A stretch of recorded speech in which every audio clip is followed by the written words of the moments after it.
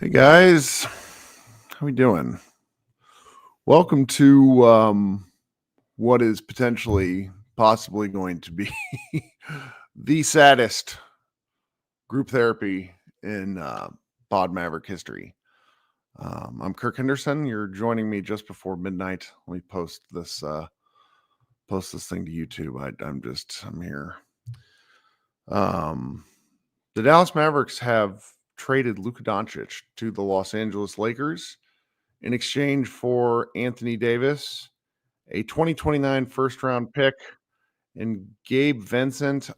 I think they're also sending out Maxi Kleber and one of the Morris twins, whichever one plays for our team at the moment. Oh, God. It's just before midnight on February 1st. Shams Charania cracked the news about 25 minutes ago. The funny part was, guys, I'm sitting here and I'm really considering going to bed. I was writing a preview and I see the feed. All of a sudden, Mavs Moneyball pops live and everything's coming out and we're trying to figure it out if Shams got hacked.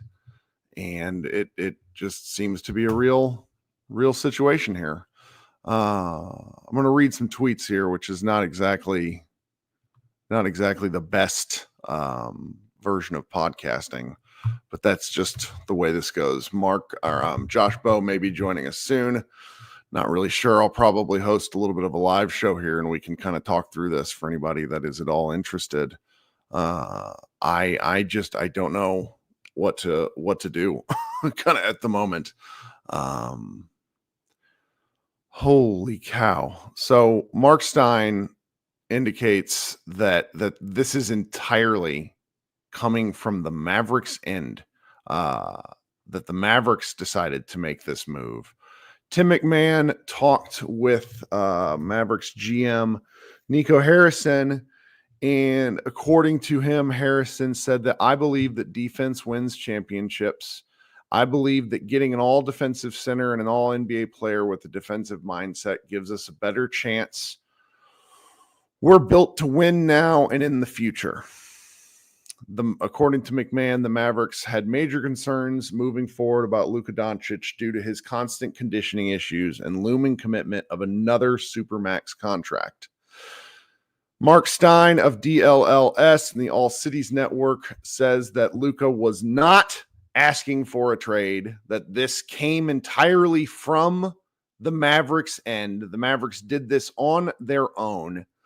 They have informed Luka, and until tonight, they were heading towards a 5-year contract extension in July worth a record $345 million total. And Nico Harrison made the call to abruptly change the direction of the franchise with one of the most stunning trades in NBA history. I don't know, guys. I don't know. The Mavericks received one first-round pick in this deal. The Mavericks, who are leveraged in the future, they have a pick swap out with the San Antonio Spurs in 2030. They already sent out their own 2029 pick. I'm pretty sure that was the one that they had to do some trade in order to get Gafford. Honestly, guys, I'm not particularly up on the trade stuff, because when you have a guy like Luka, you don't have to do this sort of thing. You don't have to care. You're paying attention towards the now, because that's what's going on. And it's really this is just shocking. This is shocking. And I decided that I would go ahead and live stream just to sort of live react to it, because I think I'm going to be up all night anyways. The last time I was sort of like this visibly shook with a Dallas Mavericks like trade thing, where I was, or not trade, but like transactional thing that really bothered me, was the night that DeAndre Jordan basically changed his mind about the Mavericks. It seemed like, in hindsight, we now know that he was pushed into this, or pushed into signing with the Mavericks, or considering signing with the Mavericks, then moving away. and that's just sort of how we ended up where we are. Or that night, that was how it ended up, where it's just, I was sitting in front of my computer all night long, kind of constantly refreshing and hoping that it was fake. And I have to say that that's where I am tonight. This is the sort of thing. Right. Alex in the chat says this is 25 times worse. I mean, it's not even 25 times worse. Like, this is the sort of thing that happens that decimates fandoms. Franchises wait entirety of existences for a player like Luka. Dilla Cruz says this is like trading Dirk after 2006. I guess. I mean, here's the sneaky thing, man. Luka's better than Dirk. I hate saying that, but I hate saying it. I'm not sure if Josh is going to join us. I'm wondering if anybody wants to talk. I'm going to post the link in the chat. We can maybe do a little bit of a live stream. If you guys are popping in from Twitter, head over to YouTube. You can join us live. I'll bring you up here and talk on stage, part of YouTube. And we can sort of hash out what we're thinking, kind of where we go from here, if anywhere. And we'll go from there. So I'm going to post this in the chat.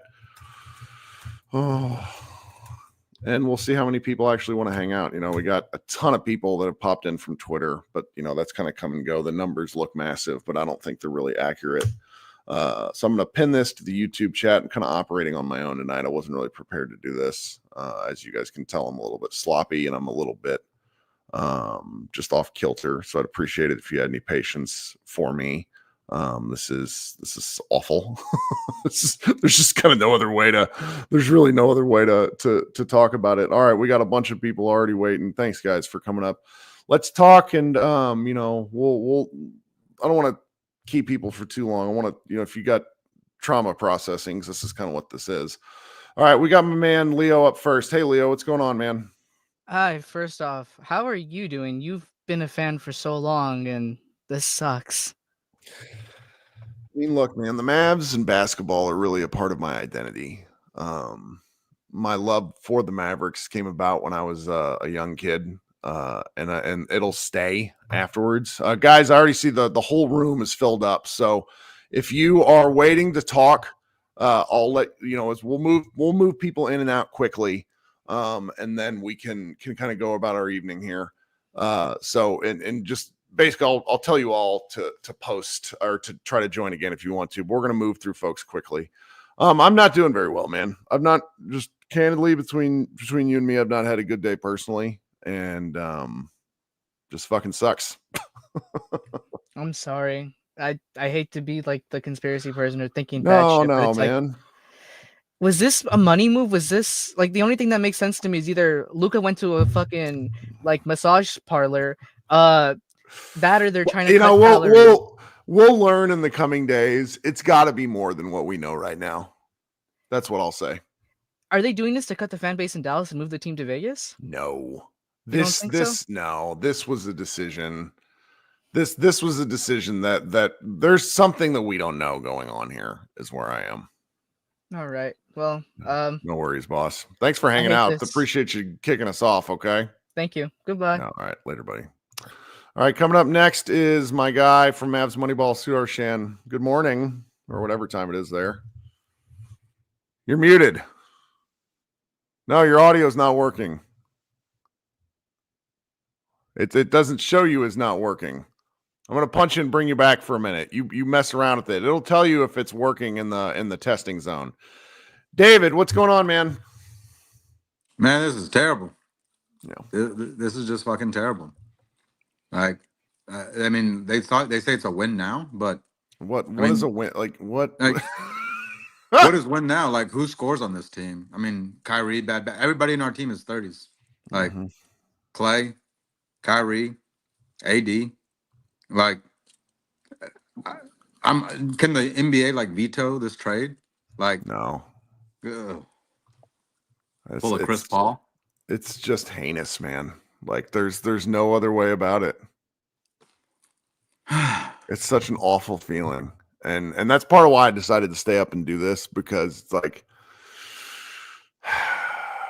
fandom is about suffering through shit together. You know what I mean? Yeah, I'll tell you, when the Mavericks weren't that fucking good earlier, not in this season, but for a while, I was living in DC, and I remember like being like, well, I got to listen to Kirk because he's just gonna be just as mad as me.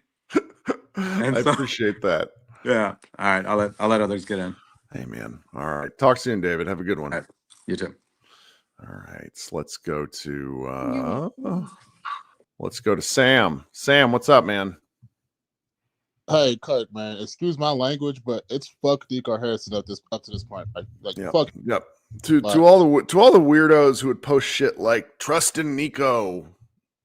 Nah, trust him now. That's out the window, man. And I don't. Fuck that. Like you said, there's more that's gonna come out. There has to be more that has to come out, because this honestly, legitimately makes no sense. You can't say it's a win now move when you trade away the player which your whole team is built around to win now. Yeah. That makes no sense. You got Clay, you got PJ Washington, you got players that play around Luka that Luka makes better. How does that make sense?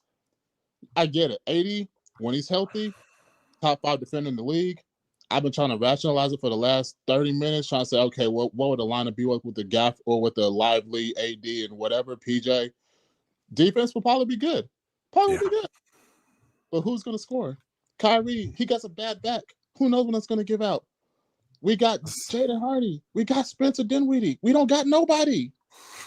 We got Klay Thompson, who's been hot, granted, but dude. You want to know how I know this trade is fucked? In just a real way. The various Laker people in my life who are maddening fans are all like, dude, what the fuck? I'm sorry. Yeah. I have Lakers friends. They're like, why would you give up the you had a top 5 player that you were going to be in the mix for a decade, and you just gave it up for what? Possibly a 3-year window if we're lucky? Yes. If we're lucky. And then what's going to happen after that? We got to hope for in 2029 the Lakers suck so bad that we draft the next Luka or the next Zion. When Luka is still with the Lakers. Oh, this dude, I'm not going to lie. I don't think I'm going to be able to sleep tonight. Fucking. Man. It's awful. Let me get off. Awful. All right, man. See ya. All right, man. The room is popping. Everybody's like, so if you're trying to get in here, not to sound like an idiot on Twitter, but if you're in line, stay in line. I'm just going to be up. We're going to be talking through people. We can hang out. We can get through this. No, we can't. We can't get through this. This is bad. Cade, welcome. What's going on, brother? What's up? Can you hear me? I can. Yeah, I've been listening to you for a while. I really appreciate what you do, but I may not be back. I get you. I'm 25 years old. I've been a Mavs fan my whole life. I was 11 when they won the championship. Waded through some really tough years, and then you get the guy. Yeah. It was him. And like, I just feel like such a massive sense of betrayal. Yeah. I don't even know how to describe this. I don't think I can watch another Mavs game again. They've really, and the best part, I don't mean to. Sure. The best part, and there's no best, but this is a bleak thing. There's the Mavericks people who have to sell the team to us. I'm not going to name names. You know who I'm talking about. There's a lot of them. Now I have to sell this, and it is indefensible. So good luck. Good luck to them. Yeah, I'll hop off. Thanks for letting me go. It's just, of course, buddy. No, appreciate it. All right, thanks for hanging out. All right, who we got here? We got my man Zach. Zach, what's going on? Absolutely fleeced. I mean, fleeced. Like, this is getting your shirt pulled over your head and punched in the stomach until you throw up into the shirt. That's what's happening. Like, this is heinous. I mean, I'm trying to make sense of it. It's like we traded Luka, who have conditioning problems, for Mr. Glass. I don't get it. I just don't get it. It makes no sense. And then on top of that, 1 first-round pick, right, in the distant future of 2029. What are we talking about? It's so bad. It's so bad. Like, yo, all that and Nico we trust, like you said. Like, I'm trying to see the vision. Like, okay, Lively, AD, PJ. Okay, that's I a mean, they're good gonna defensive. have to move Gafford in the next couple of days, right? Like you don't have Gafford, AD, and Lively in the same backcourt, do you? Or front court, sorry. Or maybe you do because they want AD to play the 4. Right. That's the thing. It's terrible. This is And man. so this is a silly thing, man. But it's like, a lot of people in my personal life like know I do this stuff. And so my phone right now is variations of what the fuck from every person that I know. And I just don't have good answers. I don't have good answers. Same. I have a good Lakers friend, and he feels sorry for us, and they never do. Think about that. They never feel sorry for you. They never do. I'm like, yo, oh man, I'll get off of here, but I'm just as shocked as everybody else. I'm trying to make sense of it. I don't know where we go from here, but I'm still a fan. But I need time to process. Yep. All right, man. Talk soon. Have a good one. All right, take care. Okay, Daniel. What's up, Dan? How you doing? Good to see you tonight. Good to see you, man.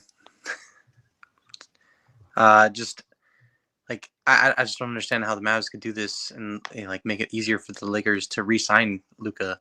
Yeah, I mean he does. Like Luka misses out on his like super duper max, but I mean for a guy that is going to make $1 billion in his career, it is what it is. That's not our problem anymore, I guess. I am flabbergasted. Yeah, I mean, my sympathies go out to Mavs fans. Like, I just don't understand how you can, at any point, entertain trading a franchise superstar like that, and then to go ahead and do it to the Lakers. It's just like, did you call any other teams in the league? Right? Did you do anything? Did you try? And it's like they sought this out. That's what is so baffling. You see, like I guess part of me would understand entertaining talks because that's just how you got to do business. But seeking out trading the 5 straight time all NBA guy, I don't care about conditioning. I don't care about it. I don't care. Like that, there's just no excuse. Hey guys, if you're trying to get in the room and it's telling you no, I got 10 people waiting, keep trying. We're going to get through everybody that wants to talk tonight. Okay, I got nothing to do. All right, Dan, you got anything else for us, brother? No, I'm good. All right, I'm going to talk to everybody in tonight like I am Hulk Hogan. I just can't help myself. Will, what's up, man? Yeah, hi. Thanks for letting me on. Absolutely. Middle of the day here in Australia, and I'm just... It kind of ruins your day. Oh, man. Like what flipped me out was I got a notification from Rob. I was saying Rob Press on Twitter going, is this real? I'm going, what's all this about? And the first thing I did was look at NBA box score, see, there's nothing that surprising. And then, all the Twitter just blew up, and I'm just astounded. I've been a Mavs fan for this is my 26th year as a Mavs fan, and this is the most shocking thing I've seen. Like, we were so close last year to winning it all, and then we made a team to suit Luka, and the whole roster construction now is just not. It's not really. It's not going to work. It's a team built for mediocrity now, with no decent draft picks, aging squad. I don't understand how you get one draft pick. That's the part, like, of the variations of fuckery that we're experiencing, that's the one that makes zero sense. One draft pick? Yeah. And it probably won't be a very good one. It'll probably be like a 22nd pick in 4 years' time. So I got to address a comment in the chat. I don't like doing this mid talk, but Tyler says, how does Tim McMahon already have a conversation with Nico about a trade that was 30 minutes after it's reported? Because that's his fucking job. Like, that's what reporters do. I know half of Mavs fans want reporters to wipe, Luka's ass and tell Kyrie he's a good big boy, but reporters are supposed to ask questions. That's why. I'm sorry, Tyler. It's not your fault. I'm pissy. Like, that is what's supposed to happen. He like has him on speed dial. Like, you bet your ass. Like, I have Stein on my thing. I texted him. He hadn't answered me yet. AD's out for the week. Thank you, Gracie. Will, sorry, go ahead. Yeah. It's just going to be interesting to see how the roster composition's going to look like going forward. I think this team will. Yeah, I can't see us getting any further than being a play-in team and at best first round fodder now. And with the aging squad and everything, the future looks really bleak now. Like I'm absolutely baffled. So yeah, don't know what else I can say. You don't trade away your franchise player. Yeah, this is just going to be a thing that we're never going to live down. I mean, this is like, in my opinion, this is a franchise ruining move. So yeah, pretty much. Pack them up. Well, thanks for hanging out. Okay. Yes. All right. Bye. All right. Oh, good gravy, Simon. What's up, Kirk? Tell me you're coming out from a night in DC. No. I spent too much time at the MGM last night, so tonight was a night in for me. I was just getting ready to shut my phone off and go to sleep, and then it's like everybody else, I thought Shams' account was hacked. Yeah. I mean, he never says anything like "this is real." And I've obviously I've been watching SportsCenter. I've been reading Twitter, like just everything, like trying to make sense of it. Like, did Luka demand a trade? Was he unhappy? Like, what, is his injury worse than we think? What's going on? I did hear, I'm watching SportsCenter. I did hear McMahon go on there and say like, well, that the Mavericks were frustrated with, conditioning or lack thereof, and how that had led to the injuries, and they didn't want to get it from the Supermax. And I can understand that to an extent, but it still in no way justifies what we're seeing right now. That's right. It's just such a leap to go from we're unhappy with our best player to we're going to trade him for pennies on the dollar for a guy who's 6 years older who also has injury history. What? And I was hoping maybe can you illuminate me, Kirk, at all? And I mean, was Luka unhappy? Were there any reports of like Luka being unhappy? Mark Stein says this. Mark Stein says this is everything from the Mavs end. Yeah, he said it's entirely Mavs. And that's kind of what Windhorst was saying. Now Windhorst, he's got some anti-Luka. Yeah, but I mean, that's like there's thinking Luka needs to be better, which and I've come on here and said that a million times. Yeah. And like I love Luka, but I'm not a fanboy for anybody. I think I've only been on once this year. I was on a lot more last year, especially toward the playoff run. But when I came on here, I said Luka, I don't know if he's not in shape or if he's hurt. I don't know, but he didn't play this year what he's capable of, and we've seen that from him in the past, and he's turned it up. And I was certainly expecting him to do that. This is a good question from the chat. Tyler again says, it's not suspect that Tim asked Nico anything. It's suspect that Nico willingly gave a half-cocked statement to a report on ESPN instead of coming on the air himself. Here's why he won't come. He won't come on the air because he doesn't want to say anything that's not pre-approved. Like when you're in a PR crisis mode, you can't fuck up. And like they gave as vanilla statement as they could. I got two PR people that are waiting to talk to me. My buddy Ben in the chat, looking for it. Well, he's more marketing, but he still understands what I'm talking about. What else, Simon? What do you got? Because I've had I'll say this and then I'll hop off. Sure. The part of this that really sucks is that there's no way I can root for Luka when he's on the same team as LeBron James. It's just not possible. So I'm depressed. Yeah, no, it's something else. Simon, thank you for hopping on. Always appreciate you. Thanks, Kirk. All right. We're gonna go to Karam. Welcome, friend. How you doing? Sad. Yeah. I mean, what the fuck just happened? What the fuck just happened? It makes no sense at all. I'm pretty much speechless. I don't get it. I mean, is is there another thing, another trade on its way? What? There has to be something else.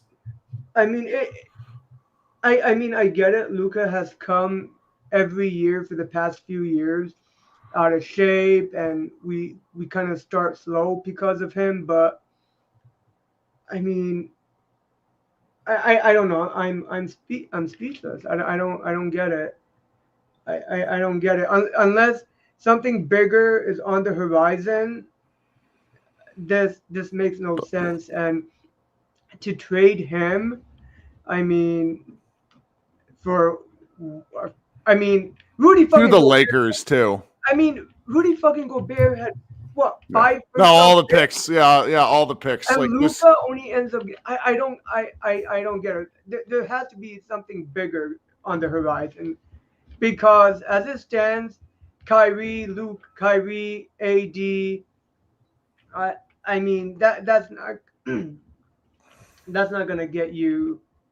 We went to the we went to the finals. I don't know. I'm losing my mind. I don't know. I don't know. You can pass on to someone else. I'm sorry. You know what? I just want to I'm let you know. flabbergasted. I don't appreciate get it. you. I appreciate you coming on the show. Okay, really. 30 I mean years. it. I've been a Matt fan for 30 plus years. I'm 38 now, and It's awful. I don't know. Thanks for spending time with us tonight, though. Okay. No, thank you. It's late over there for you. It's like 12:20. No, I'm gonna be up. I'm not sleeping tonight. All right. Have a good one. You too. Thank you. All right. Now we're gonna try Sudarshan again. Hey, There we go. what's up? How is India handling the Luka Doncic news? My parents are calling me to see whether I'm actually like alive and functioning, which I keep cutting the call and telling them that don't bother me right now because you're Right. not going to get a good reaction. I mean, I've been a fan for 25 years. This year was the highlight in that I got to watch a game live for the first time in my life. And in the same season, they pull shit like this. I mean, from now on, if the AAC isn't a ghost town for every game, and it doesn't return to being like how it used to be during COVID, I mean, I don't know what would be going on. Like, I mean, there needs to be some sort of repercussion for pulling shit like this. Yeah. There won't, like, the repercussion will come in the fact that the Mavericks, already a distant third in the Dallas sports market, will become like blindingly irrelevant. That's like the real fact of this. Yeah, I mean, right now I think everyone's clinging on to the hope. Townsend just tweeted saying that the call to the NBA regarding their approval hasn't gone on yet. This has just been discussed with the teams, but I think that's immaterial at this point. Adam Silver. Oh yeah. No, it's yeah. He's not David Stern. David Stern vetoes this trade and tells the Lakers and the Mavericks to get their asses back to work. Yeah. And more than anything, the fucking Lakers. It's so bad. Yeah. The Lakers. Yeah. And like there will be no justification for this. No, I mean, yeah. And Townsend just tweeted again. This is all Nico Harrison. This had nothing to do with the owners, apparently.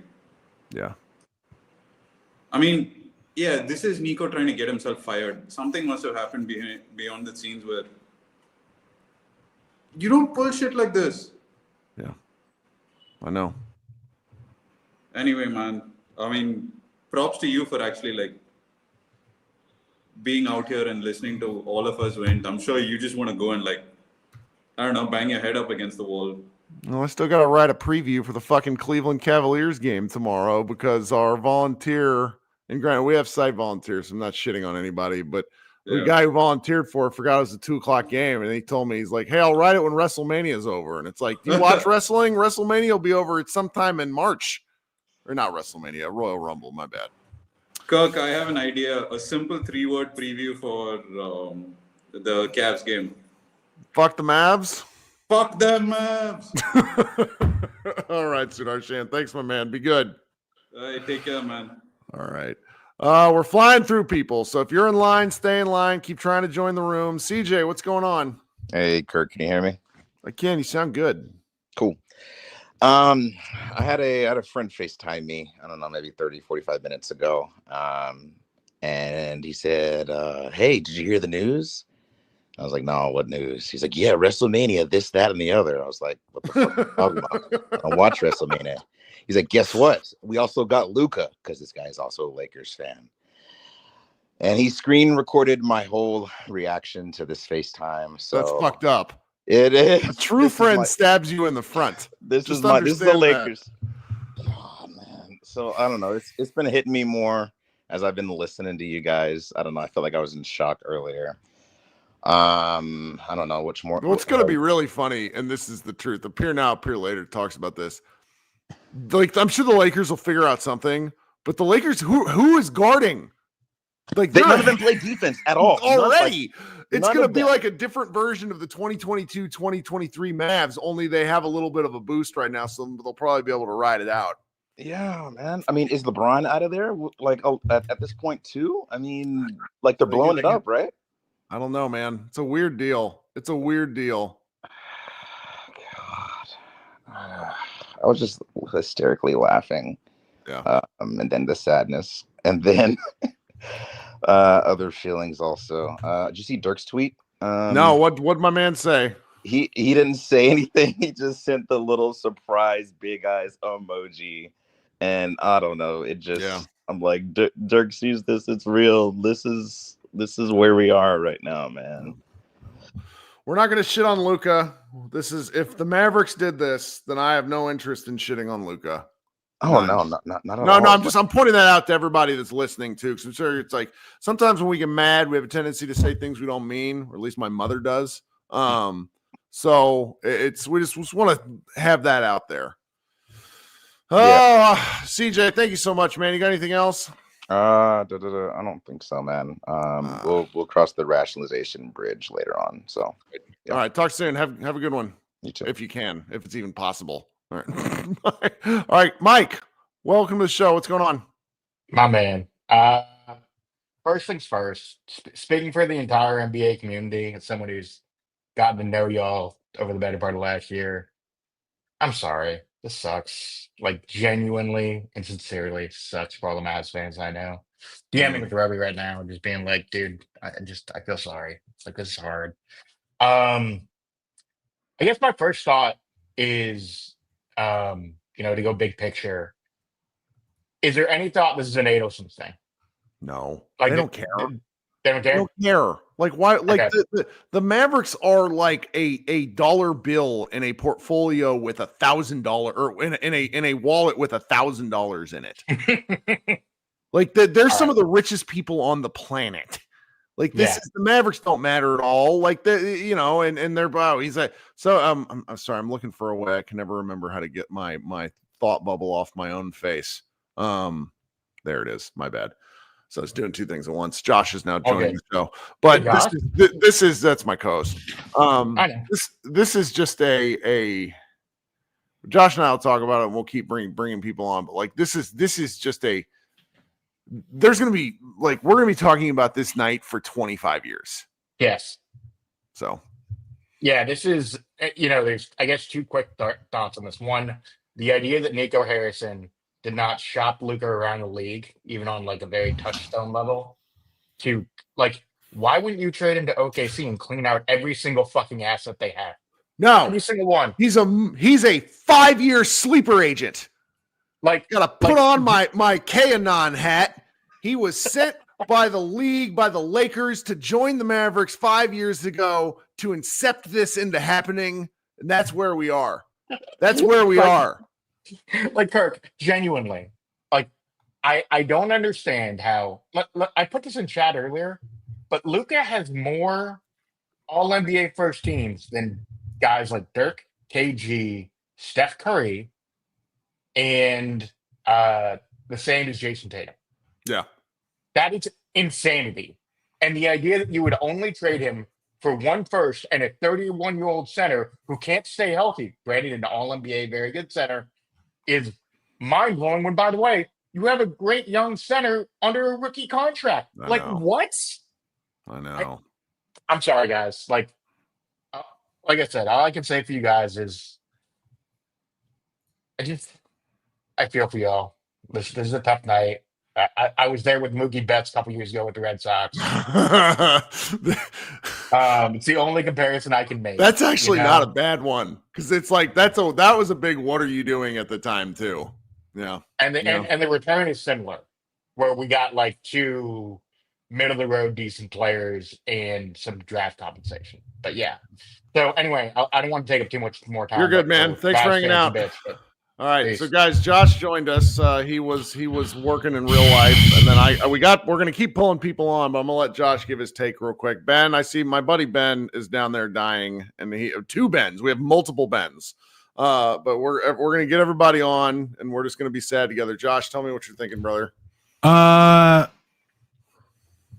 just personally just motherfuck this organization to the Earth's core, because I just had to go fucking wake up my wife. We have had a toddler with a fever for a couple of days, up and down fever. She's going to be okay, but 3.5-year-olds don't like to sleep with fevers. And Kirk, your 2 kids have given you hell with sickness plenty of children times. don't sleep. They're probably awake now. Our They might household, join the show soon. Our household hasn't slept since Thursday night, and I was on the couch next to my daughter. I moved her mattress into the living room to make her comfortable to sleep so she could watch TV while she's sleeping, because that was the only way to get her settled.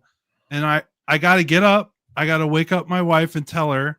And part of my brain is just like, fuck it, because this isn't my real job. We both have other jobs. But also not to get not to have Josh therapy session live on the internet.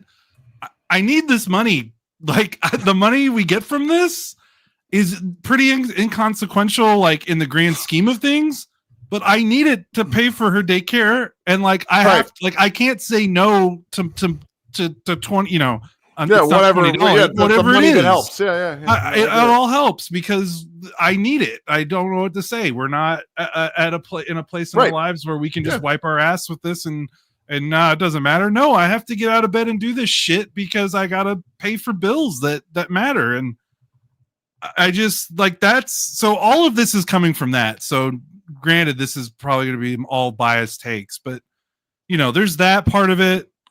I don't understand. They detonated a generation of fans, and maybe I'm overselling that. No. I mean, this will not make sense ever. Nico Harrison should go to fucking prison for this. If you think there's insider trading going on, and lots of people do, the more I look at this, the more unjustifiable it is. No, yeah, and it's I don't know how they're going to sell tickets. I don't know how they're going to get fans in the building. I mean, you don't got Cuban there fluffing everybody anymore. There's none of that shit. You got Patrick Dumont, who looks like one of the Little Rascals. Alice in Wonderland. He looks like one of the Tweedledee or Tweedledum. Okay, paired with the Mad Hatter. He looks like those two blended. He's not going to go out selling and telling everybody under the sun that the Mavericks are great the way Cuban gaslit everybody for 10 years. That's not happening. This is like if the Mavericks in 2009 traded Dirk for Amari Stoudemire and a first round pick. Right. I'm not even kidding. This is that your son has a personal connection to Luka, and I think is probably why he likes the sport as much as he does. Yep. I'm sure there's a lot of folks our age that have relatable experiences with their kids. Someone tweeted at me my son is literally asleep in his bed in a Luka jersey. And not only you do this and you detonate goodwill with a fan base, but you do it there's no Kyrie is 32. Anthony Davis is going to turn 32 in about a month. Clay is 34. No one on the team besides Derek Lively. This is a mercenary team. No, there's no Kyrie is. And they have no assets. They have no future assets. They've given them all away. This team is going to be mediocre until at least 2030. I mean, even let's say they're right and they win. Even if they win a title, I guess that's what it all matters. But like emotionally, like sports is for fun. And this is really revealing like the cold, calculated part of it. Because it's like, I honestly want to ask a bunch of people, like, let's say they do win a title, are you going to be like, none of these guys on the team you've rooted for more than 2 years. Like Kyrie is pretty much the only guy and he's only been on the team for 2 years. Like if they win, what's the journey? What's the path? What's the fulfillment you get from it? Because that's why you watch sports. You obviously, there's a competitive part of it. You want your team to win. But I don't understand, even if they win, but there's a shelf life. Like there's a shelf life. Like all those guys are old. When they're old, I don't know how they reload. And again, maybe we sound, I don't know. God, dude, I love this. Somebody just pointed out in the comments. Jeremy pointed out in the comments that Dwight Powell survives another trade. I know. None of it makes sense. The basketball part of it doesn't make sense. They will likely be a worse team on the court this season.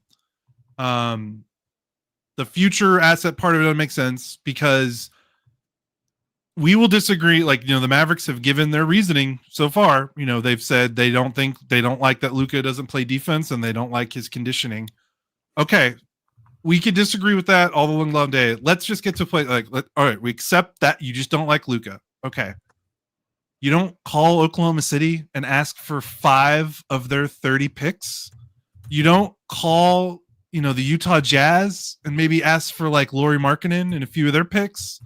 You don't ask, there are like 4 or 5 teams that have a lot of picks and maybe some young, like, I don't get it. And I'm guessing the reasoning is because of Kyrie and Clay. They felt like whatever return they got for Luka had to be a win now move, and they didn't want a bunch. They would like, I'm that's the logic. Like Nico probably didn't want a bunch of picks. Yeah. Because quite frankly, he's going to probably get fucking fired before he could even make those picks if this trade doesn't work and the team bottoms out. Like if he made this trade and traded for like 5 first-round picks and the Mavericks don't win a title and this team sucks and they're tanking in 3 years, he's gonna get fired. He wouldn't even make those picks anyway. So why does he care? That's right. Like in that part of it, like like that's another guy's job. I don't give a I don't care because if this doesn't work, I'm out of a job anyway. So, yeah, that part doesn't make sense. And then the fan goodwill. I heard you talking about it somewhere. The Mavericks are already not one of the most, even with Luka, their relevancy in the DFW sports marketplace is not secure. Doesn't exist. There is definitely, not saying there's not a committed fan base and there's not a bunch of people that watch, but I'm just talking in terms of like the mind share. This is a Cowboys town, and Mavericks fans will probably say, okay, well, they're number 2.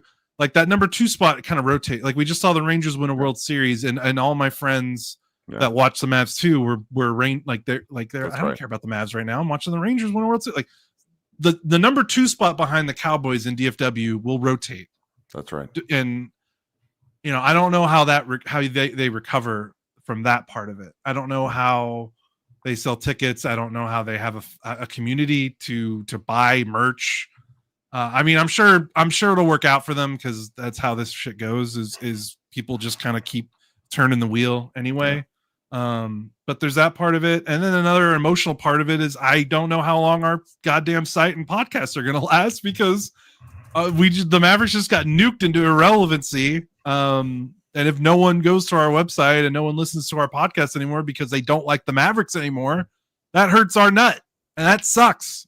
That's why when people get mad at us about being mad at the team, we always kind of laugh a little bit, and we're like, guys, we're not rooting for the team to lose because if the team is not relevant, this doesn't exist anymore. Yeah, no one cares. Yeah. So that sucks too. That's another part of it that's really pissing me off. And I'm not even like fan part. You know what? Like we've talked. I'm not the hardcore Mavs fan anymore. But like this shit is just beyond that. Well, do you want to hang out with us here, or do you want to go back to bed? I'll hang out for a little bit because I'm already up now. So I'll wait for the next emergency. But, yeah. All right. I have my friend Ben, who this will be twice. I'm seeing my friend Ben in 2 days. How you doing, bub? Kirk, feel for you. First, Josh, that sucked. I heard that, man.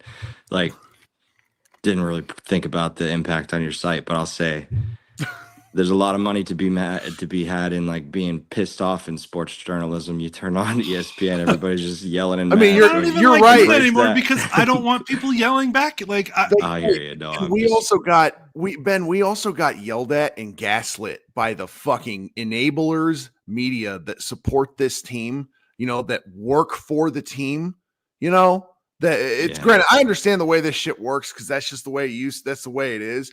But like nobody in Mavericks media except Tim McMahon ever asked a cross question for like 10 years. So every Mavs fan out there thinks he's some bumbling asshole who doesn't know how to do his job because he doesn't walk into the locker room and ask Kyrie how nice his shit smells. That's just I mean, that's what's so blinding to me is like Cowboys journalists are mean. Yeah. And it's so weird. Anyway, what do you got for us, buddy? You're up late. You're gonna have one to bright side in the morning. Why this ticket happened? prices are about to get a lot cheaper. We can finally start going to some games. Okay, I like it. I became a Mavs fan when my dad could afford to buy courtside seats when we sucked in the 90s. So, now maybe I can do that with my son. I made a terrible decision earlier. I sent it to you, Kirk. I already cut off the head of my son's plush Luka doll. That was when I figured that Luka must have demanded a trade. So now I'm trying to figure out what I'm going to tell him in the morning. But mostly came on here because Kirk, you're stepping in, you're taking a charge for the Mavs community. And for those that don't know, Kirk is the back-to-back take a charge champion at Coppell High School, 2001, 2002. We were just there last night celebrating it. If you want the picture, there's a proof. I've got it. He's real proud of it. Take a charge champion. Kirk, you're stepping in, taking a charge. This is a problem. This is a problem who I shared a freshman A team bag with when in 1998. Thanks, Ben. Oh, all right, Ben. Can I bring anything Mom was else? just calling me for some reason. So Sure. Oh, and Kirk, I wanted to talk about. I'm going to bed. Later, buddy. Thanks, Ben. What do you got? You know what I'm not looking forward to, Kirk? What? I'm not looking forward to all of the media sphere that got pissy at us anytime we suggested, hey, it'd be cool if Luka's, did work on his conditioning more, took care of his body more. And now they're gonna toe this line, the team company line, about how well we got to get rid of Luka because he's not committed to the team. You know what's gonna happen now all week, right? All the same people that bitched at us for 3 years, anytime we ever lightly, gently, maybe made a point of like, hey, maybe he could be a little bit better about this. It's not a deal breaker, but maybe he could be a little bit better. They're gonna come right back around and be like, he was totally out of shape and uncommitted. They had to trade him. And look, if you're hearing this. What I'm about to say, if you're hearing this and it upsets you, that means you're the problem. So what I'm about to say, so let's be clear. If you're one of the people that shit on me and Josh constantly, just a Twitter account that pays for Twitter and stuff like that, and love to argue with me and side clip Josh and I and talk about how we're horrible people all because we would say things for engagement so Elon Musk can pay you $6.72 a month back in your account, just know that you were wrong the whole fucking time and we were right. Kiss my ass. Ben Collins, welcome to the party, pal. Hey, man. I just want to say, first of all, I'm really sorry. And Josh, what you just said there, about, this actually mattering to people around this organization. The kids who Luka was incredibly good to. Luka was an incredible servant to the city and the kids around the city. After the games, he would sign all the jerseys. He's a good kid. Luka's great, man. He's a good human being. And the fact that they are going to put random people's, livelihoods at risk to prove a point about, what this feels like? All those articles like about like the kids don't want to work anymore. Kind of feels like that, man. It kind of feels like maybe this kid doesn't want to work for you. And this is the most talented basketball player I have seen in my life. Like I have never in my life seen a more talented basketball player than Luka Doncic. It's just true. Like I don't know if it will always translate. We went to the finals 9 months ago, or less than that. What was it, 6 months ago? This is completely ridiculous. I do want to say if it is the party line here, if it is what they say, it's malpractice from a GM standpoint. You conduct an actual trade search where you get where you pillage the Thunder, where you pillage the Spurs, where you go to these teams that don't give a shit that you're in the division. If you're in their division, it doesn't matter if you're getting rid of this player because you're tanking for years. Right now, this team has no future. It's worse. It has 3 centers, a 34-year-old point guard, and a bunch of random wings, one of which is a 3 who is washed. Let's be real about Klay Thompson. And he's here for 3 more years, 2 more years after this one. This team has committed suicide for no reason. And I don't really, dude, I am not a conspiracy theory guy, but this just does not feel on the up and up from a Rich Paul, LeBron James side. I just don't like it. It fucking reeks, and I'm sorry. I think that's an interesting angle, right? Guys, I'm sorry because I don't know if I can stand this. This is either the biggest ego trip of all time from some guy who used to work at Nike, or it is there's something stupid happening. It is indefensible at every level, and if I can give one last note, Josh, I will say some of the best sports writing I've ever read in my life came from Ricky O'Donnell, who used to work at Bloggable. Yeah. And he still works for Vox at SB Nation. Still works at Vox. Good guy. Yeah, we love Ricky. And I'm not a Bulls fan at all. I had no connection to Chicago until I moved here last year. I used to read Bloggable all the time because their ownership was so dog shit. They were still is. And they still are. And Ricky, he became one of the best sports writers in the country because he would just say, something is fucking going on here. There is these people's egos are so profoundly strong that they want to be the 8th seed in perpetuity. And they just want to do this thing in their own way. And their own way sucks. And Ricky carved a path and a career out of that. And I want to say for you guys, that might be what your next thing in your life is that you have to oversee what is overtly, I think, probably the worst trade in the history of professional sports.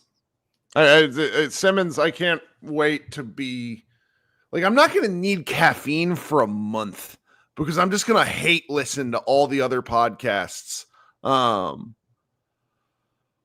I mean, did when Nico left Nike, was part of his resignation letter, was Nike like, hey, make sure you get Luka to LA? That would be really good for us. You do know that LeBron offered Luka to be his first signature shoe, right? On the LeBron line. And Luka was like, no, I'm going to do MJ instead. I'm going to work with Michael Jordan instead. It's always, LeBron has always said he wanted to pass the torch to Luka. And we are in a place where there is a bunch of funny money going around the NBA. There are also gigantic egos. A billionaire, one of the world's richest people who recently funneled bajillions of dollars into an election, purchased this team from one of the world's richest people who funneled a bunch of billions of dollars into the election. There are just egos here. And I'm glad you brought that up, though. So the chat is a little hot on this. Do you think my take about the Adelsons proper? Yeah, I don't know. They're not even on her radar. Why would you commit suicide with your team you just bought when you're trying to build a casino around your arena? This doesn't make it. I think if it really is just Nico being the worst GM of all time, then yeah, I don't know. You'd have to do some 4D chess there, man, that I have not thought of yet. But from a basketball, an interpersonal, from a city standpoint, from a building community standpoint, from a for being stewards to your city standpoint, this is the worst thing you could do when you just bought a basketball team and you're not even from that state. Yeah. Okay. It makes no sense. The only thing I can think of that even gives them an ounce of credibility here is if there was some indication that they knew Luka wasn't signing his next extension and he was going to LA. And by all accounts, we don't know that. And from what we're hearing from the reporting, Luka's blindsided, whatever. Maybe that's just how they're spinning it. And maybe the Mavericks are pissed off at that. And that's why they're kind of throwing him out the door saying, well, he's fucking fat. We don't want him anymore because they knew he was going to just sign Josh, I think in LA. But honest to Christ, if it's anything, it's that. Because that actually does square the circle where Lucas, they hear through the grapevine that he is going to LA no matter what. And then they know that for certain. And then what I would do in that situation if I was Nico Harrison, there's nowhere else to go. I would try to get the best deal available with the time I had left in the season. Man, I'm actually not sure I would. You know what? I take that back. But, this is an option. Time I have left in the season to do it, trade him to the Lakers and then call him fat on the way out for doing it. Like, that is a revenge play? Sure. But I still would have kept him for the half season. I would rather have that than Anthony Davis and a first-round pick in 2029. No, or just trade him. You don't have to trade him there. Guys, you don't have to trade him there. You could trade him wherever you want. He doesn't have a no trade clause, man. You could do it. If the bridge is already, if they felt like the bridge was burned somehow, internally, and he was leaving and he wasn't going to sign the Supermax. That's right. He had no leverage. He could go that you could, I mean, maybe, Lucas said like, I'm not going to sign an extension if you don't trade me anywhere other than the Lakers, I guess. I mean, that's some leverage, I guess, but I don't know. Like hire a nutritionist, hire 10 nutritionists. It costs you less than nuking any goodwill with your fan base for a decade. Mm-hmm. Mm-hmm. Yeah. Ben, sorry. Okay, I'm no, everybody, like the no. Tonight, tonight is if you're gonna get mad, or crazy. This is when you do it. Tonight is the take purge. Like somebody jokingly, I really enjoyed this. There's a guy on Twitter who doesn't know that we can see his comments because, like, if you post on Twitter, if you're listening, like it says we have 6,000. Like we have probably 1,000 people listening. It's just whatever. But there's a guy on Twitter who's like who said, "Way to make it about you guys," and he was joking, but like. Tonight is the take purge. You are allowed to feel exactly how you want to feel because there is no worse feeling in sports. I think the only thing that could maybe come close is like your favorite athlete dying in their prime. Like this is horrible, and you are allowed to feel exactly how you want to feel. Is my thing. So Ben, it's 1 a.m. It's probably 2 a.m. where you are. You got anything else for us? No, I'm just proud of you guys, and thanks for giving these people a release valve because Jesus, do we need it? Oh my God! That's right, man. God bless, guys. Seriously. All right, later, good man. to see you, Ben. See you. Okay, coming up next, and again, guys, we still got everybody that's trying to get in here. Keep trying if you want to talk. I'm going to stay up late just because I'm gonna. Josh will probably peace out at some point. We have Rain's magnificent mustache joining us next. How you doing, Rain? Welcome to the show. Fucked up enough that I decided to show my face. I've torn all my fingernails off. This is the same feeling as the last breakup that I had. Yes. This feeling that I have in my chest is just it's awful. An immense amount of pressure. I will probably still listen to this podcast like I have been purely because I have not given a fuck about the team since Luka and Kyrie and everyone got interested. I've just been listening to you guys. Like, how did the game go? I'll go watch Pod Maverick. Yeah. I'll go listen to Locked On. I'll go check in with Slightly. What the fuck's going on? After this, that will be my only involvement with the team. I probably won't ever show my face in here ever again. But let's think about this. Think about this. No matter how fucking terrible his injury is, the Pelicans have stuck through with Zion. Embiid, the 76ers and Embiid, they've stuck through that. They have given up on a generational talent early on in his career. Like, let's think about it this way. From the money perspective of the fucking team, even if you're bad but you've got a generational superstar, that's just guaranteed fucking money. And they've said, now fuck this. Let's go get a guy who's got glass fucking legs himself. Let's go get a guy who's 7 or however many years older. It's just arguably an indefensibly worse player at this point of his career. Like, unless Luka's leg is about to fall off and be fucking amputated, you do not do this. On top of this, no one's ever going to come to the Mavs again. Nope. Okay, you just had Clay come to the Mavs to play with Luka specifically, and also of course Kyrie, thinking I've got a shot at a championship. I'm going to take a chance on this. I'm going to leave Golden fucking State to come play with the Mavs with Luka and Kyrie, and the team goes, "No, fuck you." Kyrie stuck with the team because he's playing with Luka. That he thought that they could get it together, and they said, "You know what? Fuck you, Kyrie." If anyone, no player will ever think about coming to the Mavs in free agency again. No superstar, no big name will ever come to the Mavericks ever again. It's going to either have to come through the trade, in which case, at the first opportunity, that player should fucking jump ship because obviously they're not going to treat you with no respect. It's indefensible. Indefensible. And they've at the end of the day, they've also probably ruined Luka's career at this point because the fucking Lakers aren't in a good sort either. They've got no picks. They've got no tradable contracts. They'll just have Luka and LeBron at age 60, and that's it. What's probably going to happen, and this will destroy it. I don't have the same relationship with the team that you guys have. I've only been a fan for the past 4 or 5 years, and there's going to be thousands of fans like me, if not more, who will probably not pay any more attention to this team ever again. Yep. But for the long term guys like you guys, imagine this nightmare scenario. He doesn't re-sign with the Lakers. He goes to the fucking Spurs, and then you've got to watch him however many fucking times a year the Spurs play the Lakers, and you've got Wemby and Luka against you. Like, where the fuck is Mark Cuban? Like, is he on suicide watch? Put him on suicide watch. He doesn't own the team, man. No, he might not. He That's might not own the team, but he either he must not give any fucks about it again, or seriously, like if he's going to be driving around fucking Dallas or whatever it was, trying to track down whatever play it was, however many years ago. Well, how do you think he's feeling right now? Like, holy shit! I wouldn't be surprised if Cuban shows up in here and is more aggravated than I am. Well, that's because back then when he was driving around for DeAndre Jordan, that was his money on the line. He got paid, man.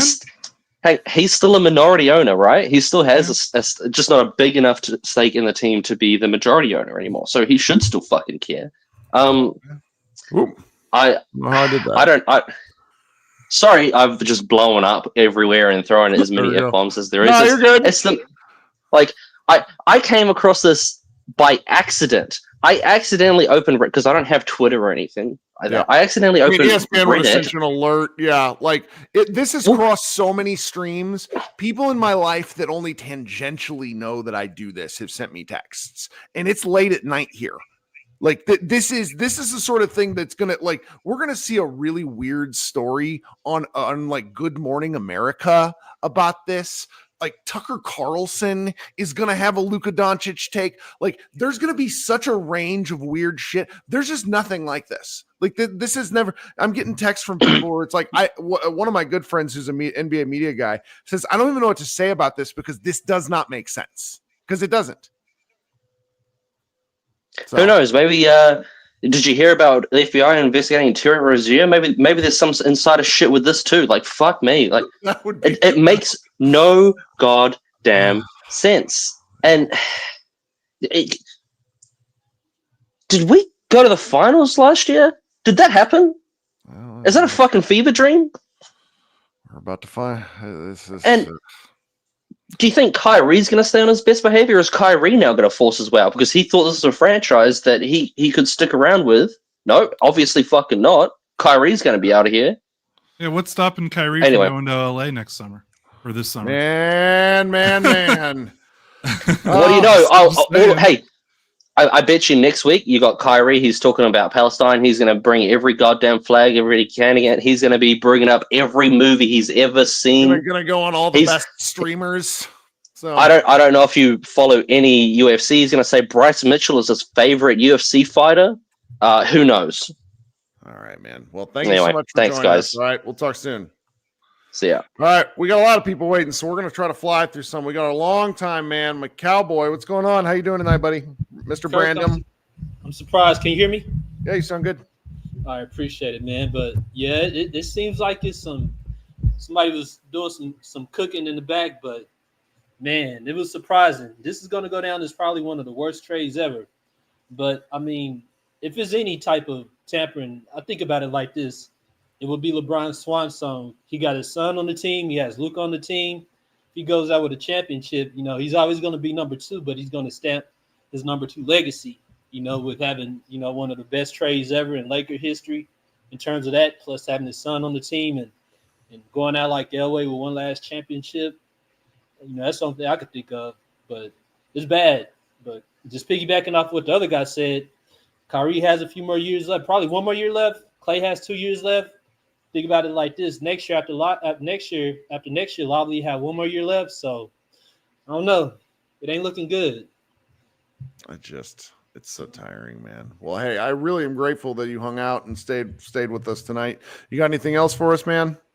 No, that's it, man. I just hope they don't bring in Jimmy Butler. It seems like if anything, they move the Anthony Davis contract and for Butler and some picks, but I hope not. All right, man. We'll talk soon, okay? Thank you, Kirk. Okay, if you're trying to join and it's giving you a no, just know I can only have a certain number of people waiting, but then you keep trying. I'm going to stay on until nobody wants to talk anymore. Brian Roby, what's going on tonight, man? You're muted. Dog, what the fuck is going on? Well, can you hear me? we're maybe we can start having group chat meetups at Mavs games again because the tickets will be cheap. If I can't show up to a Mavs game, one, I'm not spending money with that organization. Ooh. Secondly, if I do go there, it's to throw fucking beer bottles on the court. Anybody that's going to a game anytime soon, if you already have the tickets, don't sell those tickets. Go.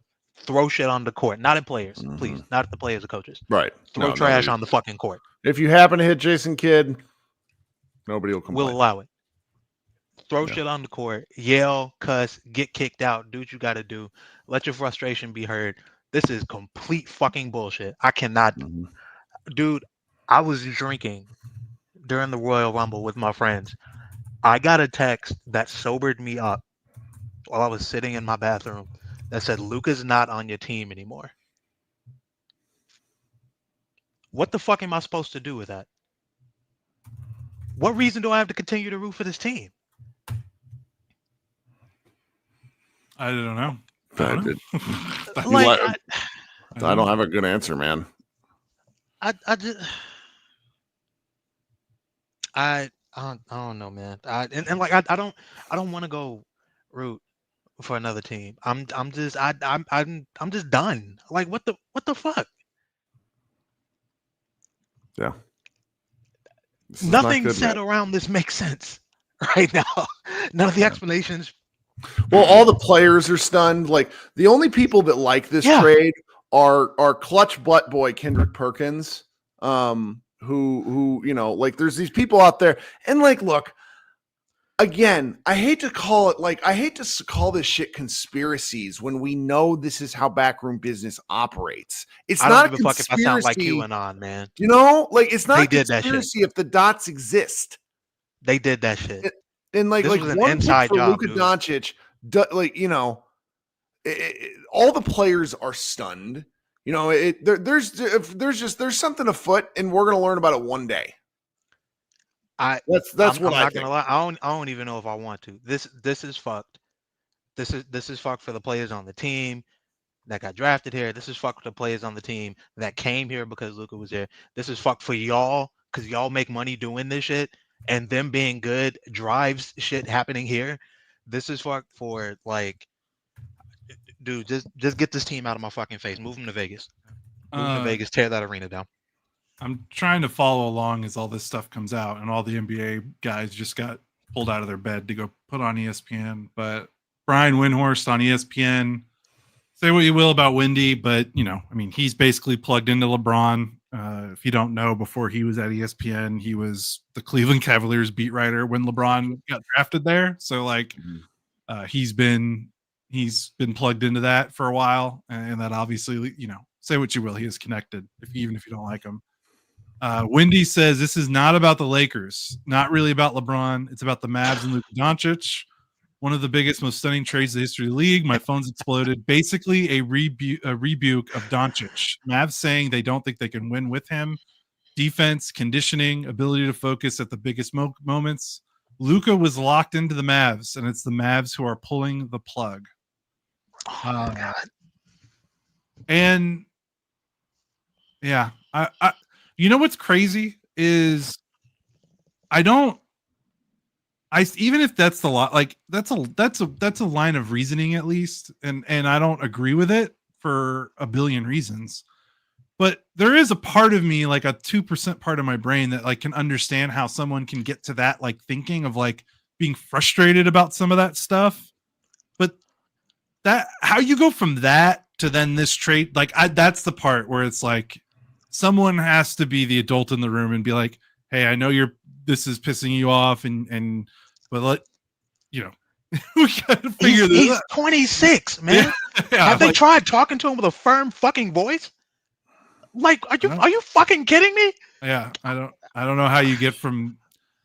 I mean, it really is. It's Here's like a take. Can I give a take? Yeah, this give is a a take. great. I don't want to source who this is from, but this is an incredible.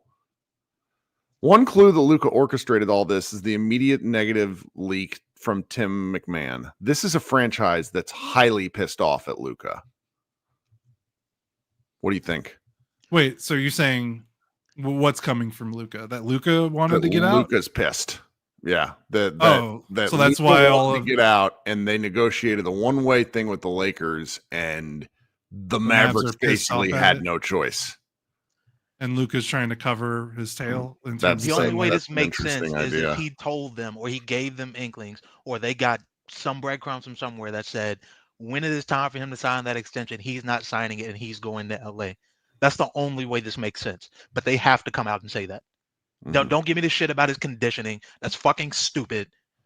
Just tell me he was gonna leave. Yeah. Even if everybody doesn't believe it, tell me that, because that makes sense. And even if that is the case, what is this return? Yeah, you're mad about a guy that can't stay in the court and his conditioning problems and injuries. Like, hello, have you taken a look at Anthony Davis' basketball reference page? It doesn't take long to see how many games he's missed. Like, there's a reason his nickname is Data Davis. Bro, Anthony Davis goes back to the locker room during games more than a fucking towel boy. And like, we got one first round pick alongside him back. I can't make sense of this. I can't make sense of this. It's real bad. Well, Brian, I'm sorry. Thank you for coming to hang out with us. Hey man, it's always good to hang with y'all. At least I We'll got y'all be here. All right, man. Talk soon. Yep. Bye. Hi, Brent. Hey guys. You're coming us in from black and white from a bygone era. It's just the lighting of the room. You look good. I'm sorry about that. No, it made me laugh. What's going on? Guys, a little attitude. Because I'm trying to cope along with everybody else. What do you think this is? This podcast might as well just like be titled Cope. I was in the 5th grade, and they had this rotational thing where some of us 5th graders would get the little sash that said safety patrol on it, right? And you do it in 6-week rotations. And all through elementary school, I look forward to the day where I could be a 5th grader and be on safety patrol. Probably something that these days would never happen. There was this little kid one day while I was on patrol at one of the doors who just started talking smack. He's probably a 1st or 2nd grader. Kind of looked like Gary Coleman meets Emmanuel Lewis. He was just sassing me, right? And I didn't think anything of it because I was just going to let him run his mouth. And then he started running towards me, which is probably all of 5 or 6 steps, and launched his leg into my crotch. And I had never been kicked in the nuts before. I didn't know what that felt like. I didn't know to block it or move out of the way. It was like a slow motion train wreck movie that I'm going, what is happening now? And then you feel it for the first time. And then for the rest of your life as a man, you know to make sure you do everything you can, although it's inevitable at certain junctures, not to let that happen. That's what this is, sports-wise. This is that and worse. I run this little app, or I'm a user of it. It's kind of fun, my little distraction, because I won't do apps that cost me money. I made that mistake before. So I run this whole app where you can buy plots of land and whatnot. And I went last time about a year ago to the Mavs game because I don't go to many Mavs games. And I bought all the squares underneath Dirk's statue.